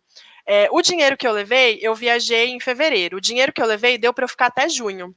Aí, junho, eu já sabia que iam chegar novos brasileiros. Aí, o meu namorado, na época, ele tinha feito um cartão na casa de câmbio. E aí, ele mandou esse cartão por uma menina brasileira que estava indo para lá e ia ficar na residência também. E aí, eu consegui pegar. Mas esse lance do cartão, assim, é uma coisa bem importante, assim, de vocês verem antes, porque não é só por essa burocracia de você pegar ou ativar o negócio internacional no cartão, mas é para vocês saberem também o quanto que vocês gastam com isso. Porque, por exemplo, o pessoal que ativava o cartão internacional ou fazia esse cartão da casa de câmbio que eu fiz, na hora de pagar, na hora de sacar dinheiro no exterior, pagava taxa. E era uma taxa, assim, considerável, sabe? Então, é bem importante de vocês terem noção disso também, porque às vezes você faz lá a sua programação com tanto de dinheiro, mas aí você sacou o dinheiro e já comeu uma taxa ali, sabe? E às vezes é um dinheiro que faz falta para você mais para frente. Aí é bem importante, assim, de ver direito como funciona, que é para não passar perrengue. Porque perrengue vai passar, gente. A questão é se vai passar mais ou vai passar menos. A Isa está perguntando se tem como abrir. Pera. Vocês usaram cartão internacional intercâmbio todo? Porque paga IOF, né? Tem coisa de abrir conta no país e tal? Vocês podem falar como foi? Tem esse lance do IOF também. E assim, quando você passa o cartão internacional, toda vez que você passa, você está pagando taxa. Então, tipo assim, é interessante você. Vou dar um exemplo bobo aqui, mas você vai no mercado, ao invés de ficar indo todo dia, já faz compra para semana, que é para você pagar aquela taxa de uma vez só. Eu não sei se tem a possibilidade de abrir conta em outro banco. No meu caso, não tinha. A burocracia ia ser muito maior. Então, era mais fácil fazer esse cartão internacional mesmo ou ir na casa de câmbio e fazer. Não sei como é na Europa, Lívia. Então, no meu caso, eu fiz sim, o cartão de lá. Eu acho que. Como é que foi o processo? Eu consegui primeiro a moradia, né? Eu já sabia onde eu ia morar e essa menina fez uma declaração para mim de que eu ia morar lá, só para ter a segurança também. Eu levei essa declaração tanto para tirar o visto, como eu carreguei ela para cima e para baixo comigo em todos os lugares que eu fui. E aí, com essa declaração, eu nem lembro se eu precisei usar ela, acho que só precisei colocar o endereço mesmo. Eu consegui fazer esses cartões virtuais, que foram o N26 e o Revolut. Ele era Leone 26, ele é muito usado na Europa e serve para todos esses países e vai gerar um código de banco internacional. Eu não tenho certeza, mas eu acho que hoje em dia o Nubank já faz isso. Mas isso daí eu realmente não sei. E aí, o que eu fazia? O N26 foi de graça para poder abrir. O Revolut eu paguei uma taxa de 15 euros, se eu não me engano, mas ele ficava no cartão e eu podia gastar depois. E aí eu fazia a transferência pelo TransferWise. Eu esqueci o cartão do Bradesco, que não me ajudou e não me ajudaria. E aí, como que fazia? Eu pegava o dinheiro e transferia para a conta do TransferWise, e aí eu pagava a transação do Banco Brasileiro. No caso, quem me mandava dinheiro aqui eram os meus pais, E eu também recebia, de um trabalho que eu fazia, eu recebia na minha conta do Banco Brasileiro, que era do Itaú. Tem que ter muita atenção, porque eles têm um limite de dinheiro que você pode enviar por dia e por mês. Então, tem que cuidar com isso para não achar que vai enviar muita quantia de uma vez só, porque você não consegue. Então, tem que olhar, cada banco tem uma especificação. E aí eu pagava uma taxa só em cima dessa transferência para o TransferWise. Então, eu mandava o máximo que eu podia de uma vez só, e aí a transferência do TransferWise era de graça, eu não pagava nada. E jogava para os meus bancos internacionais, que eram os cartões do N26 do Revolut. E aí eu não pagava nada. Essa taxa, por exemplo, o IOF em cima de cada compra, no caso não tinha. E eu lembro que eu usava o Nubank lá também, só que aí o Nubank lá, eu pagava a taxa em cima, então eu dava preferência para usar o N26, o Revolut, o Nubank só em último caso, quando eu comprava algo no crédito, assim. Mas foi essa a solução. Eu descobri isso vendo vários vídeos também no YouTube explicando qual a melhor forma de você mandar dinheiro para fora sem gastar muito, tá, gente? Aí, como a gente está falando de gás, depois eu respondo a pergunta da Isa, que eu vi que ela fez uma pergunta sobre a ESN, né? Mas a Vitória está perguntando quanto que a gente gastava em média com alimentação, se tinha alimentação na universidade. Aí, no meu caso, tinha alimentação na universidade, tem o que eles chamam de mensa, que é tipo um bandejão, um pouco melhorado. E aí o valor que você paga era um valor bem mais baixo, às vezes eu pagava €1, dependia do que você fosse comer, porque lá na Itália, pelo menos as refeições lá não é uma refeição única, você tem uma entrada, aí você tem a refeição principal que é com carne, você tem os acompanhamentos e você paga por cada uma dessas opções que você escolhe. E no restaurante universitário também é assim. Mas aí a refeição lá girava em torno de €1, €2, às vezes 3, quando tinha uma coisa mais especial, sabe? Mas eu não almoçava tanto lá, não comia tanto lá, porque eu conseguia, assim, fazer as compras no supermercado e às vezes saía até mais barato do que comer na mensa mesmo, porque lá era um pouco longe de casa também. Mas tem essas opções. E o que eu gastava em média com alimentação, assim, com alimentação específica eu sei o meu gasto em média mensal, mais ou menos. Era mais ou menos €300 de aluguel, e aí eu ficava entre 200 e €300 de gastos mensais, 300 quando eu viajava, porque eu fiz algumas viagens. Mas com alimentação mesmo, uns €200 resolvia, sabe? Às vezes até menos. É porque às vezes você faz uma coisinha ou outra, mas dava para ficar abaixo de €200 até. No meu caso, eu tinha residência universitária e o refeitório estava incluso já no valor que eu pagava no aluguel da residência. Então, eu fazia as refeições lá. Mas isso também é uma coisa bem importante de vocês verem como que funciona. Por quê? No meu caso, era um pouco complicado depender da comida do refeitório. Na época eu não era vegetariana ainda, eu comia carne, mas para quem era vegetariano, assim, era bem complicado, porque vai muito do contexto do país também, né? Moçambique passou por uma guerra civil que durou 16 anos, então carne lá é um sinônimo de status muito grande. Aí o pessoal fala que aqui também mas, gente, é outro contexto, entendeu? Então lá a carne, assim, era uma coisa muito valorizada, sabe? O tempero deles era muito diferente também, então eu não tive isso, mas tiveram muitos intercambistas que foram para lá e pegaram uma bactéria. Era comum, assim, de quem vinha de fora, sabe? Porque muda, seu corpo muda, você está em um outro ambiente, assim, outro tempero, outro tipo de comida. Então isso é uma coisa legal, assim, de vocês observarem vocês mesmos nos primeiros dias para ver como o seu corpo responde. Eu não vou lembrar exatamente os gastos que eu tinha, mas que nem eu falei, dos 12 mil, eu separei 7 mil. Não, eu separei 8 mil. Com os 8 mil eu fiquei os 6 meses lá. E aí nisso eu paguei tudo, assim, desde a passagem, seguro, até a minha estadia lá. E não só com aluguel ou comida, mas eu gastava também para sair, para viajar. Fui muito festival lá, sabe? Ia em muito rolê cultural que tinha lá também. Então, no meu caso, a bolsa, assim, deu e sobrou. Foi um valor bem bom, assim. Eu costumava comer muito fora.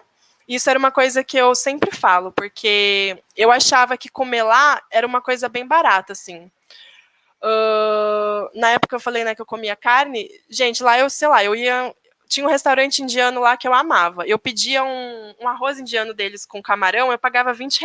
Nunca que no Brasil eu ia pagar isso aqui num prato com camarão, sabe? Mas a gente pesquisava muito, assim, a gente via onde que estava mais barato. Uma coisa interessante também, Moçambique, a gente barganhava muito e a gente conseguia baixar muito o preço por causa disso. Então, dependendo do lugar onde vocês forem, é legal fazer isso também.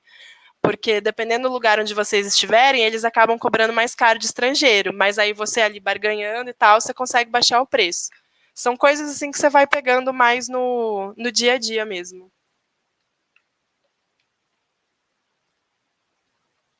Tem isso também, né? Eu falei, o valor ficava ali em torno de 200 euros, 300, às vezes uns 180.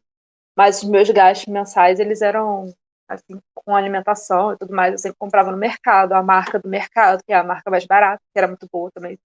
Tem isso, né? Tem a vantagem de que, pelo menos onde eu fiquei, a alimentação era muito boa. As coisas mais baratas eram muito boas. Você tinha acesso a coisas bem diferentes, assim, do que a gente tem aqui, que são caras, e lá eram bem mais em conta. Então, eu consegui me alimentar muito bem, comprando no mercado. Às vezes, eu nem frequentava muito a feira, eu achava a feira mais cara do que o supermercado mesmo. Então, eu não sei essa questão de barganhar, como é que funcionava lá, porque nem dava, né? Porque o italiano falava italiano comigo, eu já falava assim, ai, pelo amor de Deus, não briga comigo. Brincando, eles são muito gente boa, mas eles têm um jeito, assim, bem imperativo, bem, né, expansivo de falar, que às vezes assusta. É engraçado que às vezes até quando eles vão te ajudar, parece que eles estão brigando com você. Então é muito curioso. No início isso me assustava um pouco. Então, mas voltando assim, era no mercado mesmo, 200, 300.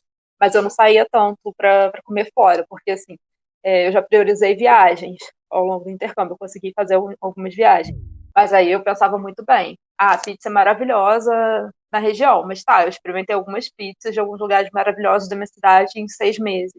Eu fui, sei lá, 4 vezes em restaurante da minha cidade, porque o valor de uma pizza era o valor de uma passagem aérea, às vezes, para algum lugar. Então, eu fazia esse tipo de escolha, né? Então, assim, deu para fazer tudo isso. Eu me alimentava do supermercado, viajava e comia pouco fora. É, é isso mesmo, meu Deus. Mas era assim mesmo. Então, as passagens lá são bem mais em conta. Aí fazer essas escolhas. Gente, vocês têm mais alguma pergunta assim, em relação a dinheiro, a gastos, essas coisas? Não, aí eu respondo a Isa sobre o SN. Não, né? Então, qualquer coisa pode perguntar, continuar perguntando. Isa, você perguntou sobre a ESN, como é que funciona, né? Na minha cidade, a universidade e os alunos e o grupo da ESN, a ESN assim, ela é da Europa inteira e tem, como que funciona? É tipo aqui tem a ESSEC, que faz intercâmbios, e tem os alunos que organizam. Lá é isso também, ela é organizada por cidade, né? E cada cidade tem a sua, por regiões também. E esses alunos, eles se organizam, é muito estruturado, sabe? Eles fornecem, assim, recepção, encontros, eles têm um encontro anual, que aí vai gente de todos os países, representantes de todos os países, e eles decidem o que eles vão fazer durante o ano todo com os estudantes que estão chegando de intercâmbio, quais vão ser as ações, e eles têm ações de voluntariado, tem várias coisas que são decididas entre os países e depois são reproduzidas em cada cidade, né, em cada universidade que eles estão presentes. E aí o que acontece? Na minha universidade, a ESN, junto com a própria universidade, fazia uma semana de acolhimento. Então, assim que a gente chegou, eu me inscrevi para a modalidade de intercâmbio, eu recebi um e-mail falando que tal dia ia ter uma recepção e que eles iam explicar como é que funcionava a ESN. E foi maravilhoso, porque eles explicaram não só sobre a ESN em si, mas eles também explicaram sobre o funcionamento da faculdade, sobre os documentos que a gente precisava. Então, eles já entregaram para a gente o que a gente precisava para fazer o código fiscal, que é uma coisa que tem que fazer na Itália, explicavam como que era o permesso de soggiorno, tudo que a universidade podia ajudar, dava material informativo. Então, foram 2 dias de acolhimento, aí eles passearam com a gente pela cidade, e depois teve uma semana de acolhimento, onde cada dia tinha um evento diferente. No meu caso, eu perdi essa semana porque eu precisei viajar na primeira semana para um congresso. Então, eu participei de alguns eventos, mas é maravilhoso porque ali você conhece gente, sabe? Você tem uma troca incrível com muitas pessoas e vai fazendo seus vínculos. Então, é muito interessante. Mas aí, como é que você acha esse pessoal? Se a sua universidade não te mandar nada, Facebook, eles usam muito, e Instagram. Aí você escreve ESN e o nome da sua cidade, aí vê se tem. Ou então ESN e o nome da sua faculdade. Aí se tiver, você entra em contato com alguma das pessoas e pergunta se vai ter alguma semana de acolhimento, fala que você não é do Erasmus, mas que você está fazendo intercâmbio. E aí eles vão te passando, né, as informações. Eles têm uma carteirinha, então você pode se associar à ESN, aí você paga, acho que era 10 euros, 13 euros, uma coisa assim. E essa carteirinha dá desconto em várias coisas. É, tinha a única boate que tinha na cidade, tinha duas. Mas aí a gente tinha desconto com a ESN, então era tipo o Away da cidade. A universidade inteira ia para essa boate todo final de semana, porque aí ficava de graça para quem era da ESN associado. Eles faziam viagens, todo mês tinha algum tipo de viagem, algum passeio para alguma cidade próxima. No meu caso, não valeu a pena, porque eu achava sempre que essas viagens da ESN eram muito mais caras do que viajar sozinho, né? Então, é claro que na viagem eles faziam um tour, eles planejavam atividades, iam para restaurantes, tinha muita coisa interessante para ser feita. Mas, compensação, era bem mais caro, tá? Viajar sozinho era, assim, não sozinho, eu fui sozinha por opção também, viajei com outras pessoas, mas é mais barato você planejar por si mesmo. Mas os eventos dele na cidade geralmente são de graça. E é muito bacana. Tem karaokê, quiz, coisas desse tipo, sabe? E. Ah, é muito bom. Eu adoro. É muito legal, realmente. As matérias depois podem ser aproveitadas como optativas. As matérias podem ser aproveitadas, aí você vai ter que ver com o seu coordenador de curso, né? Para ver se pode ser como optativa ou se você pode cortar alguma coisa. Isso daí você vai precisar conversar. Eu confesso que até hoje eu não fiz essa parte. Eu também não. Inclusive, para quem vai para a reunião de orientação com a CRI, eles falam para vocês escolherem matérias diferentes, mas que ao mesmo tempo sejam matérias que vocês possam pedir a equivalência aqui. Eu acho que isso vai mais assim a critério de cada um. Eu, Lana, queria pegar tudo diferente. Tudo que a gente não tinha aqui, eu queria pegar lá. Acabou que teve aquele problema que eu falei para vocês, né, que algumas matérias não foram ofertadas no semestre que eu estava. Aí eu acabei pegando umas mais parecidas com aqui.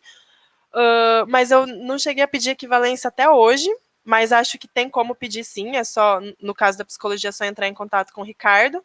Se não der para pedir equivalência ou não contar como optativa, como hora complementar vai contar, sabe? É só conversar certinho com ele.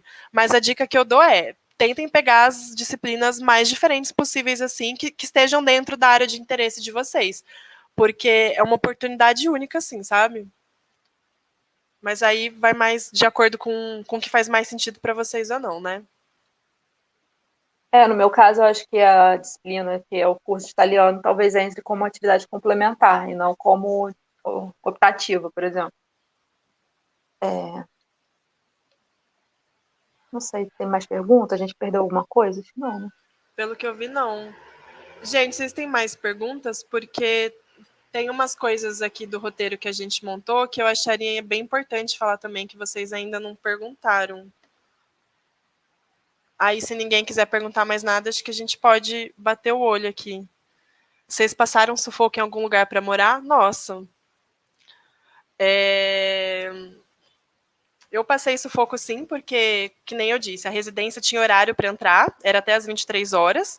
E quando você está em outro país, gente, você quer sair, você quer aproveitar a cidade, né? Então já chegou de eu ficar, sei lá, uns 15 minutos para fora da residência, e onde a residência, a universidade ficava ali, era um bairro mais afastado, sabe? Era meio perigoso ficar ali, mas deixaram eu entrar depois. Eu tive problema, assim, com assédio também. Eu tive bastante problema com isso, na verdade. Então, isso é uma coisa que eu falo, assim, para... Por isso que eu sempre digo, perguntem, vocês meninas, perguntem para outras meninas que viajaram, para vocês saberem direitinho como é. Eu tive alguns problemas com isso, mas, assim, consegui levar também, sabe? Para morar, para mim, foi uma questão assim, na cidade, como eu falei, a moradia estudantil para mim não era uma opção muito boa, porque além de ter todas essas restrições que a Lana falou, de horário e tudo mais, o valor não compensava. Eu acho que a moradia era 400 euros, se não me engano. E aí eu fui procurar quarto para dividir mesmo, né? Achei muita coisa no Facebook mesmo, eu já saí com o lugar certo daqui. Assim, achei algumas possibilidades. O que mais me dificultou é porque na época eu estava com a ideia louca de que eu queria fazer cidadania italiana, não deu certo. Mas aí eu precisava de um contrato de aluguel. E aí nem todos os lugares me davam esse contrato de aluguel, principalmente antes de eu sair daqui. E eu queria sair daqui com alguma coisa certa já, né? Mas deu certo, eu encontrei uma pessoa, ela me deu o contrato. E aí fui dividir apartamento e olha, foi uma das melhores experiências, assim, para mim, dividindo apartamento. Morei com mais duas pessoas, uma italiana e uma polonesa, e pessoas maravilhosas. A italiana comentou que ela já teve muito problema, assim, dividindo, então eu acho que também depende muito de com quem você está morando, né, nesse caso de dividir, assim. Na Itália, o que acontece muito das pessoas, eu acho que isso é no geral na Europa, é de alugarem quartos dentro de uma casa com outras pessoas, né? Então, eu acho que é um pouco difícil, sim. Eu acho que eu dei sorte nesse sentido. Porque eu conheço outras pessoas que, assim, moravam com pessoas completamente diferentes, hábitos muito diferentes. A gente tinha hábito de alimentação, por exemplo, o horário que eu estava almoçando, alguém estava jantando, a outra estava fazendo café da manhã, e, e aí isso, quando com pessoas que você não conhece, não interage, às vezes é um pouco difícil. Mas, assim, em relação ao lugar, foi tranquilo. Em relação ao assédio, por exemplo, que a Lana falou, eu não tive tanta relação com homens lá. Eu conheci muitas meninas, né? Elas viviam sempre em grupo e acabou que eu me relacionei muito mais com mulheres. Os caras, eu realmente não tive muita relação com homens, mas passei por situações assim também de. Já fui seguida, teve uma vez que fui seguida em plena luz do dia. Isso me assustou bastante, porque não era algo que eu esperava, sabe? Sim, meu Deus. Foi uma coisa muito estranha, assim. Eu tenho até foto, porque foi numa região da cidade, a única região da cidade que falavam, não vai lá porque é perigoso, não pode ir sozinha, que é muito perigoso. Até essa questão do é muito perigoso é algo que você precisa conversar para entender o que é esse muito perigoso. Eu perguntava, eu falei, mas o que é muito perigoso? O que acontece? Porque, assim, pelo menos eu, da experiência que eu tive aqui, muito perigoso é achar que alguém vai me espancar na rua, que alguém vai dar um tiro, vai, sabe, muita agressividade. E lá, muito perigoso era você vai andar na rua e vão mexer com você. E isso, para mim, infelizmente, para mim, pra gente aqui, né, é uma coisa que a gente já vive. Mas, enfim, aí eu tava lá nessa região, que era a região da rodoviária, em plena luz do dia, tava lotado de gente, eu senti que tinha um cara onde eu ia, ele tava indo junto e me olhando fixamente. Eu falei, gente, o que tá acontecendo, né? E aí eu tinha que ir para casa andando. Minha casa era próxima até da rodoviária, dava uns 10 minutos andando, só que passava por uma região um pouco mais deserta. Aí, quando eu fui andando nessa direção, eu vi que ele saiu de dentro da rodoviária onde a gente estava, que ele ficou me olhando e foi indo atrás. Eu falei, não vou para esse lugar. E aí eu dei uma volta, voltei para a rodoviária, ele deu uma volta, voltou, e onde eu ficava parada, ele ficava parado do outro lado da rua, me olhando. Aí eu catei o celular e tirei foto dele. Porque tinha muita gente em volta, então eu levantei o celular, coloquei bem assim na direção dele, olhei bem na cara dele, tirei a foto, aí ele achou aquilo esquisito, deu uma volta e assim, foi embora. Mas aquilo me assustou muito. Aí eu até peguei um ônibus para ir pra minha casa. Mas, mas assim, foi a única situação assim que me assustou em relação a isso. Como eu não tive muita relação com homens durante o intercâmbio, eu não sei dizer muito assim como que dá essa questão. Mas uma coisa que eu acho que precisa ser dita também é em relação ao racismo, né? Então, se tem meninas pretas aqui que estão pensando em ir também, procurem pessoas que passaram por experiências assim, porque eu comentei da youtuber que eu encontrei na minha cidade, eu até conheci ela, a gente fez amizade, e ela é uma menina preta, e ela vive na Europa já há um tempo, e as experiências dela são completamente diferentes, na mesma cidade que eu vivi. Então, eu acho que é preciso, assim, realmente a gente conversar e falar sobre isso, porque ela já passou por situações muito difíceis. Violência sexual e tal, é o maior medo. É muito assustador, né? E tem muitas histórias também, então eu acho que a gente tem que estar sempre atento. No meu caso, na Europa, eu me senti muito mais segura, sem dúvida, sabe? Eu viajei sozinha, eu saía à noite sozinha, andava pelas ruas, e as pessoas até estranhavam, assim, o medo que eu sentia de nossa, será que é seguro ir ali? As pessoas falam, por que não é seguro, sabe? 3 horas da manhã, você voltando de madrugada de um lugar deserto. Ah, por que você tá assustada? As pessoas não tinham esse medo dentro delas e aquilo era muito esquisito para mim. Mas eu fiquei muito segura a maior parte do tempo. Mas ainda assim existem essas situações onde eu fui seguida, onde mexeram na rua comigo, ou então que chegaram para falar alguma coisa, coisa que não falariam com italianas. Então é muito mais sutil, sabe? Acho que uma coisa importante de falar nisso também é que a gente sai daqui com muitas coisas muito prontas, assim. E aí, quando a gente vai para outro país, que é uma outra cultura, a gente acaba tendo um choque muito grande. Então, eu sempre falo isso para o pessoal, de realmente fazer um exercício cultural, de você mergulhar onde você está lá. Porque, por exemplo, eu falei sobre a questão do assédio, porque tiveram, por exemplo, eu também já fui seguida lá na rua, mas tiveram outras situações que eu passei lá que eles não necessariamente classificam como assédio, sabe? Por exemplo, lá é muito comum que os caras fiquem em cima de você, insistindo para você dar o telefone, para você conversar, mesmo você falando não, eles insistem. Só que para eles isso é uma forma de conquistar, sabe? É uma forma de chamar a sua atenção. E claro que a gente pode lançar várias problemáticas aqui em cima disso. Só que é importante fazer esse exercício cultural, porque nem sempre fazer essa problemática cabe, sabe? Você está numa outra representação cultural, num outro contexto, dependendo da forma que você fala, você pode até acabar sendo um pouco mal visto, porque é como se você estivesse tentando empurrar as suas concepções para ele, sabe? Então, isso é uma coisa assim, bem importante de tomar cuidado, porque a gente já sai daqui com várias ideias e chega lá a gente tem um choque. Eu vou dar um exemplo. Moçambique era muito, muito comum as pessoas usarem a palavra mulato. Aqui no Brasil a gente não usa, e a gente sabe de toda a problemática que tem e o contexto histórico em cima disso. Mas lá não necessariamente era uma ofensa. E aí eu até cheguei a conversar com vários moçambicanos sobre isso e tal, a gente trocava uma ideia assim, muito rica assim, em relação a isso. Mas não tinha problema usar essa palavra lá. E, gente, não estou falando, não é que não tem problema. O que eu estou querendo dizer é se abram para entender a cultura do outro, sabe? Para entender o porquê que aquilo faz sentido ou não para eles, o porquê que é diferente, porque tem coisas que pra gente, a gente acha que é universal, que vai ser em todo lugar, mas não é. E aí eu acho que quando a gente está aberto para conhecer a cultura do outro, mesmo que a gente possa trazer problemáticas ou não, é rico, sabe? Você ter esse encontro, assim, esse contato. Porque você acaba aprendendo muitas coisas também, sabe?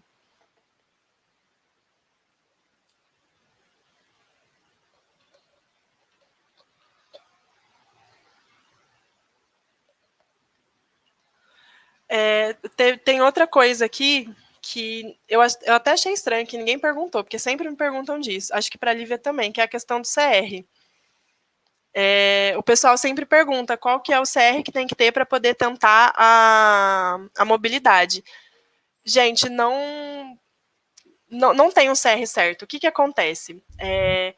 A UF ela tem uma fórmula que eles calculam CR de todo mundo, que é para poder equiparar um curso ao outro, sabe? Porque, por exemplo, é injusto você comparar um curso de psicologia com um curso de medicina ou de engenharia, porque são dificuldades diferentes. Então, eles colocam essa fórmula que é para ficar uma conta mais justa. Só que qual que é o problema disso? Tem muitas pessoas da psicologia que vieram conversar comigo porque eles tinham CR bom, só que aí lá na hora de calcular a nota do CR, eles ficaram com uma nota mais baixa. Por quê? Eles calculam CR de acordo com todos os CRs que tem no curso. Então, se o CR da galera aqui de Volta Redonda é mais alto, vai ser um pouco mais difícil você se destacar por conta disso, entendeu? Não é porque você tem uma nota ruim, não é isso. Mas é porque o CR da galera é mais alto. Vou dar um exemplo. O CR médio da engenharia, se eu não me engano, agora deve estar 4, 5. Então, para uma pessoa que tem CR 8, é muito mais fácil dela se destacar por conta disso, entendeu? Então, tipo assim, vira e mexe, várias pessoas já vieram me falar, eu tinha 8,5 de CR, pô, o meu CR é ruim. Não, gente, não é ruim. É porque o CR do nosso curso, ele é alto mesmo, sabe? E aí isso acaba dando acaba acontecendo esse tipo de coisa. Lá no edital tem a fórmula que eles usam para poder calcular. Eles calculam de acordo com a mediana e o maior CR. no meu edital, pelo menos, eles não divulgaram qual que era a mediana dos cursos, né, o CR mais alto, mas eu acho até importante eles poderem mostrar isso, porque acho que fica um edital mais transparente, né? Mas uma coisa que eu sempre falo, o CR é o mais importante? Não é, eu acho que tudo ali, qualquer critério de pontuação ali é muito importante, desde a carga horária até o CR, até a carta de apresentação, até a análise socioeconômica, porque qualquer décimo que você perde ali pode ser crucial, sabe? Eu fui até pegar o edital que eu fiz, no semestre que eu fui, a pessoa que ficou em primeiro lugar nas bolsas, ela ficou com a nota 23,8. Eu fiquei em 13º. Mentira, gente, a maior nota foi 25,81. Eu fiquei em 13º, a minha nota era 23,77 e a pessoa que ficou acima de mim estava com 23,8. Então, vocês veem como é uma diferença, assim, mínima, mas é uma diferença que pode ser crucial naquele momento, sabe?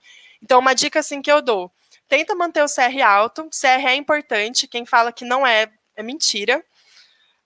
O CR não define o seu conhecimento, isso eu concordo totalmente, mas o CR é importante sim, né?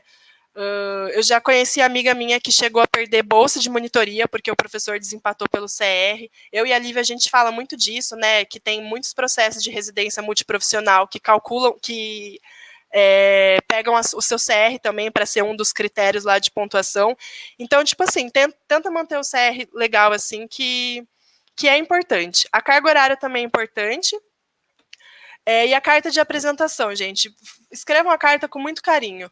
Porque teve muita gente no meu edital que eu passei na frente, porque eu fiquei com 3 e a pessoa ficou com 1,5 na carta, sabe? Então, escrevam assim com muito carinho, porque qualquer décimo mesmo que você perde ali é crucial, assim. Pode fazer muita diferença na hora.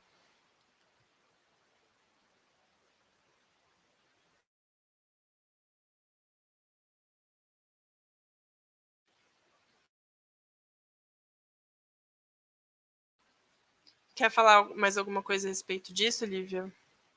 Na verdade, acho que você abordou tudo assim que eu penso, que a gente conversa muito. É isso mesmo, né? Para quem está no início, né, pensando em fazer mais para frente, levar em consideração, sim, essa questão do CR. Não só para mobilidade, mas para outros processos que a gente faz, que a gente sabe que são necessários.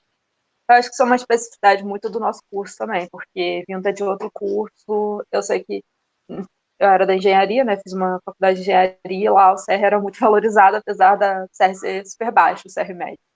Então, eu acho que a gente precisa ter uma visão mais realística em cima disso, né? Apesar de eu achar que realmente não avalia conhecimento, não avalia nada nesse sentido. Estou vendo se está faltando mais alguma coisa. Queria saber se você já ainda tem mais alguma dúvida, alguma coisa para falar. A Isa está agradecendo. Muito obrigada por se disponibilizarem a tirar dúvidas, não só aqui, mas sempre. A gente vai perguntar as coisas para vocês. Eu acho que assim, a gente está disponível aqui para vocês entrarem em contato, pode procurar. Eu vou deixar meu e-mail, ela acho que pode deixar dela também. E eu acho que assim, se a gente não tiver mais dúvidas, tem mais algum ponto, Ana, que a gente deixou de falar? Acho que a gente pegou tudo. Só queria dar 2 dicas também. Eu não sei como que tá nesse edital agora. No meu edital, o Lattes ele era usado para critério de desempate. Gente, não deixem para fazer o Lattes de última hora. Ao longo do curso, vão alimentando, porque o Lattes é uma coisa muito chata de você preencher. Então, tudo que vocês fizerem, já vai lá e alimenta, porque se deixa para fazer de última hora, eu não estou brincando, vai uma tarde inteira nisso. E outra coisa que eu queria falar é que para a galera que vai viajar agora, ou para a galera que vai algum dia ainda, aproveitem muito, a experiência é incrível, sabe? E assim, quando vocês voltarem, as coisas vão estar muito diferentes também. Eu voltei para cá muito triste, muito mesmo, eu não queria ter voltado, foi um semestre horrível quando eu voltei. A Lívia estava lá na Itália, a gente ainda trocava uma ideia, mas assim, eu encontrei muita rede de apoio nas pessoas que já tinham tido as mesmas experiências, assim, de viajar também. Porque, nossa, gente, é muito complicado assim mesmo quando você volta, sabe? Então, vou deixar meu WhatsApp aqui, quem for viajar e for voltar ano que vem, ou quem for mais para frente e quiser trocar uma ideia sobre isso, eu sou super aberta para conversar sobre isso. Porque a gente sente falta de conversar mesmo, eu não estou brincando, é um processo doloroso, assim, a volta. Se vocês tiverem alguma dúvida com o edital ou com alguma outra coisa, pode perguntar também, que eu estou sempre super disponível, eu ajudo, assim, no que precisar.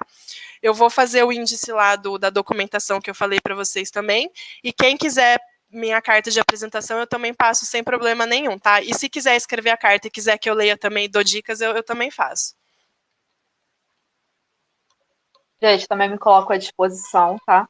Eu acho que tem mais duas coisas que eu queria falar para finalizar, assim. Primeiro, obrigada pela sua oportunidade de compartilhar um pouco sobre o intercâmbio. É muito raro a gente poder fazer isso, né, Lana? Depois que a gente volta. Isso faz toda a diferença, porque falar e elaborar sobre a experiência também é muito importante para a gente quando a gente volta. Assim como a Lana, eu tive um semestre horrível, que não foi um semestre, porque eu voltei e caí na pandemia, né? Uma semana depois que eu entrei, os aeroportos fecharam, que eu voltei, os aeroportos fecharam. Então foi assim, muito ruim. Foi uma experiência muito assim, desterritorializante, né? Entender o que eu ia fazer agora, o lugar que eu estava não era mais o mesmo, né? Eu não era mais a mesma. E parece clichê, mas isso é muito real. Acho que você pega num lugar muito profundo da gente. E aí eu penso um pouco que a experiência do intercâmbio, ela é muito diversa e ela, assim, você conhece muitas pessoas, você se relaciona, você vai fazer amizades para a vida inteira, vai conhecer países, cultura, é maravilhoso, maravilhoso, você se expande de uma forma, assim, incrível, mas também é uma experiência muito, não é solitária, mas é como se fosse solitária, é muito individual, é muito particular, em alguns momentos é uma experiência muito solitária mesmo, porque as coisas que você vai passar estando fora, principalmente, eu acho, se você estiver num país de uma língua diferente, que já traz muitos entraves, assim, no seu relacionamento com outras pessoas, na saudade que você vai sentir, às vezes nas experiências não tão positivas que você vai ter, ou nas muito boas que você vai querer viver de novo, então daqui não vai poder.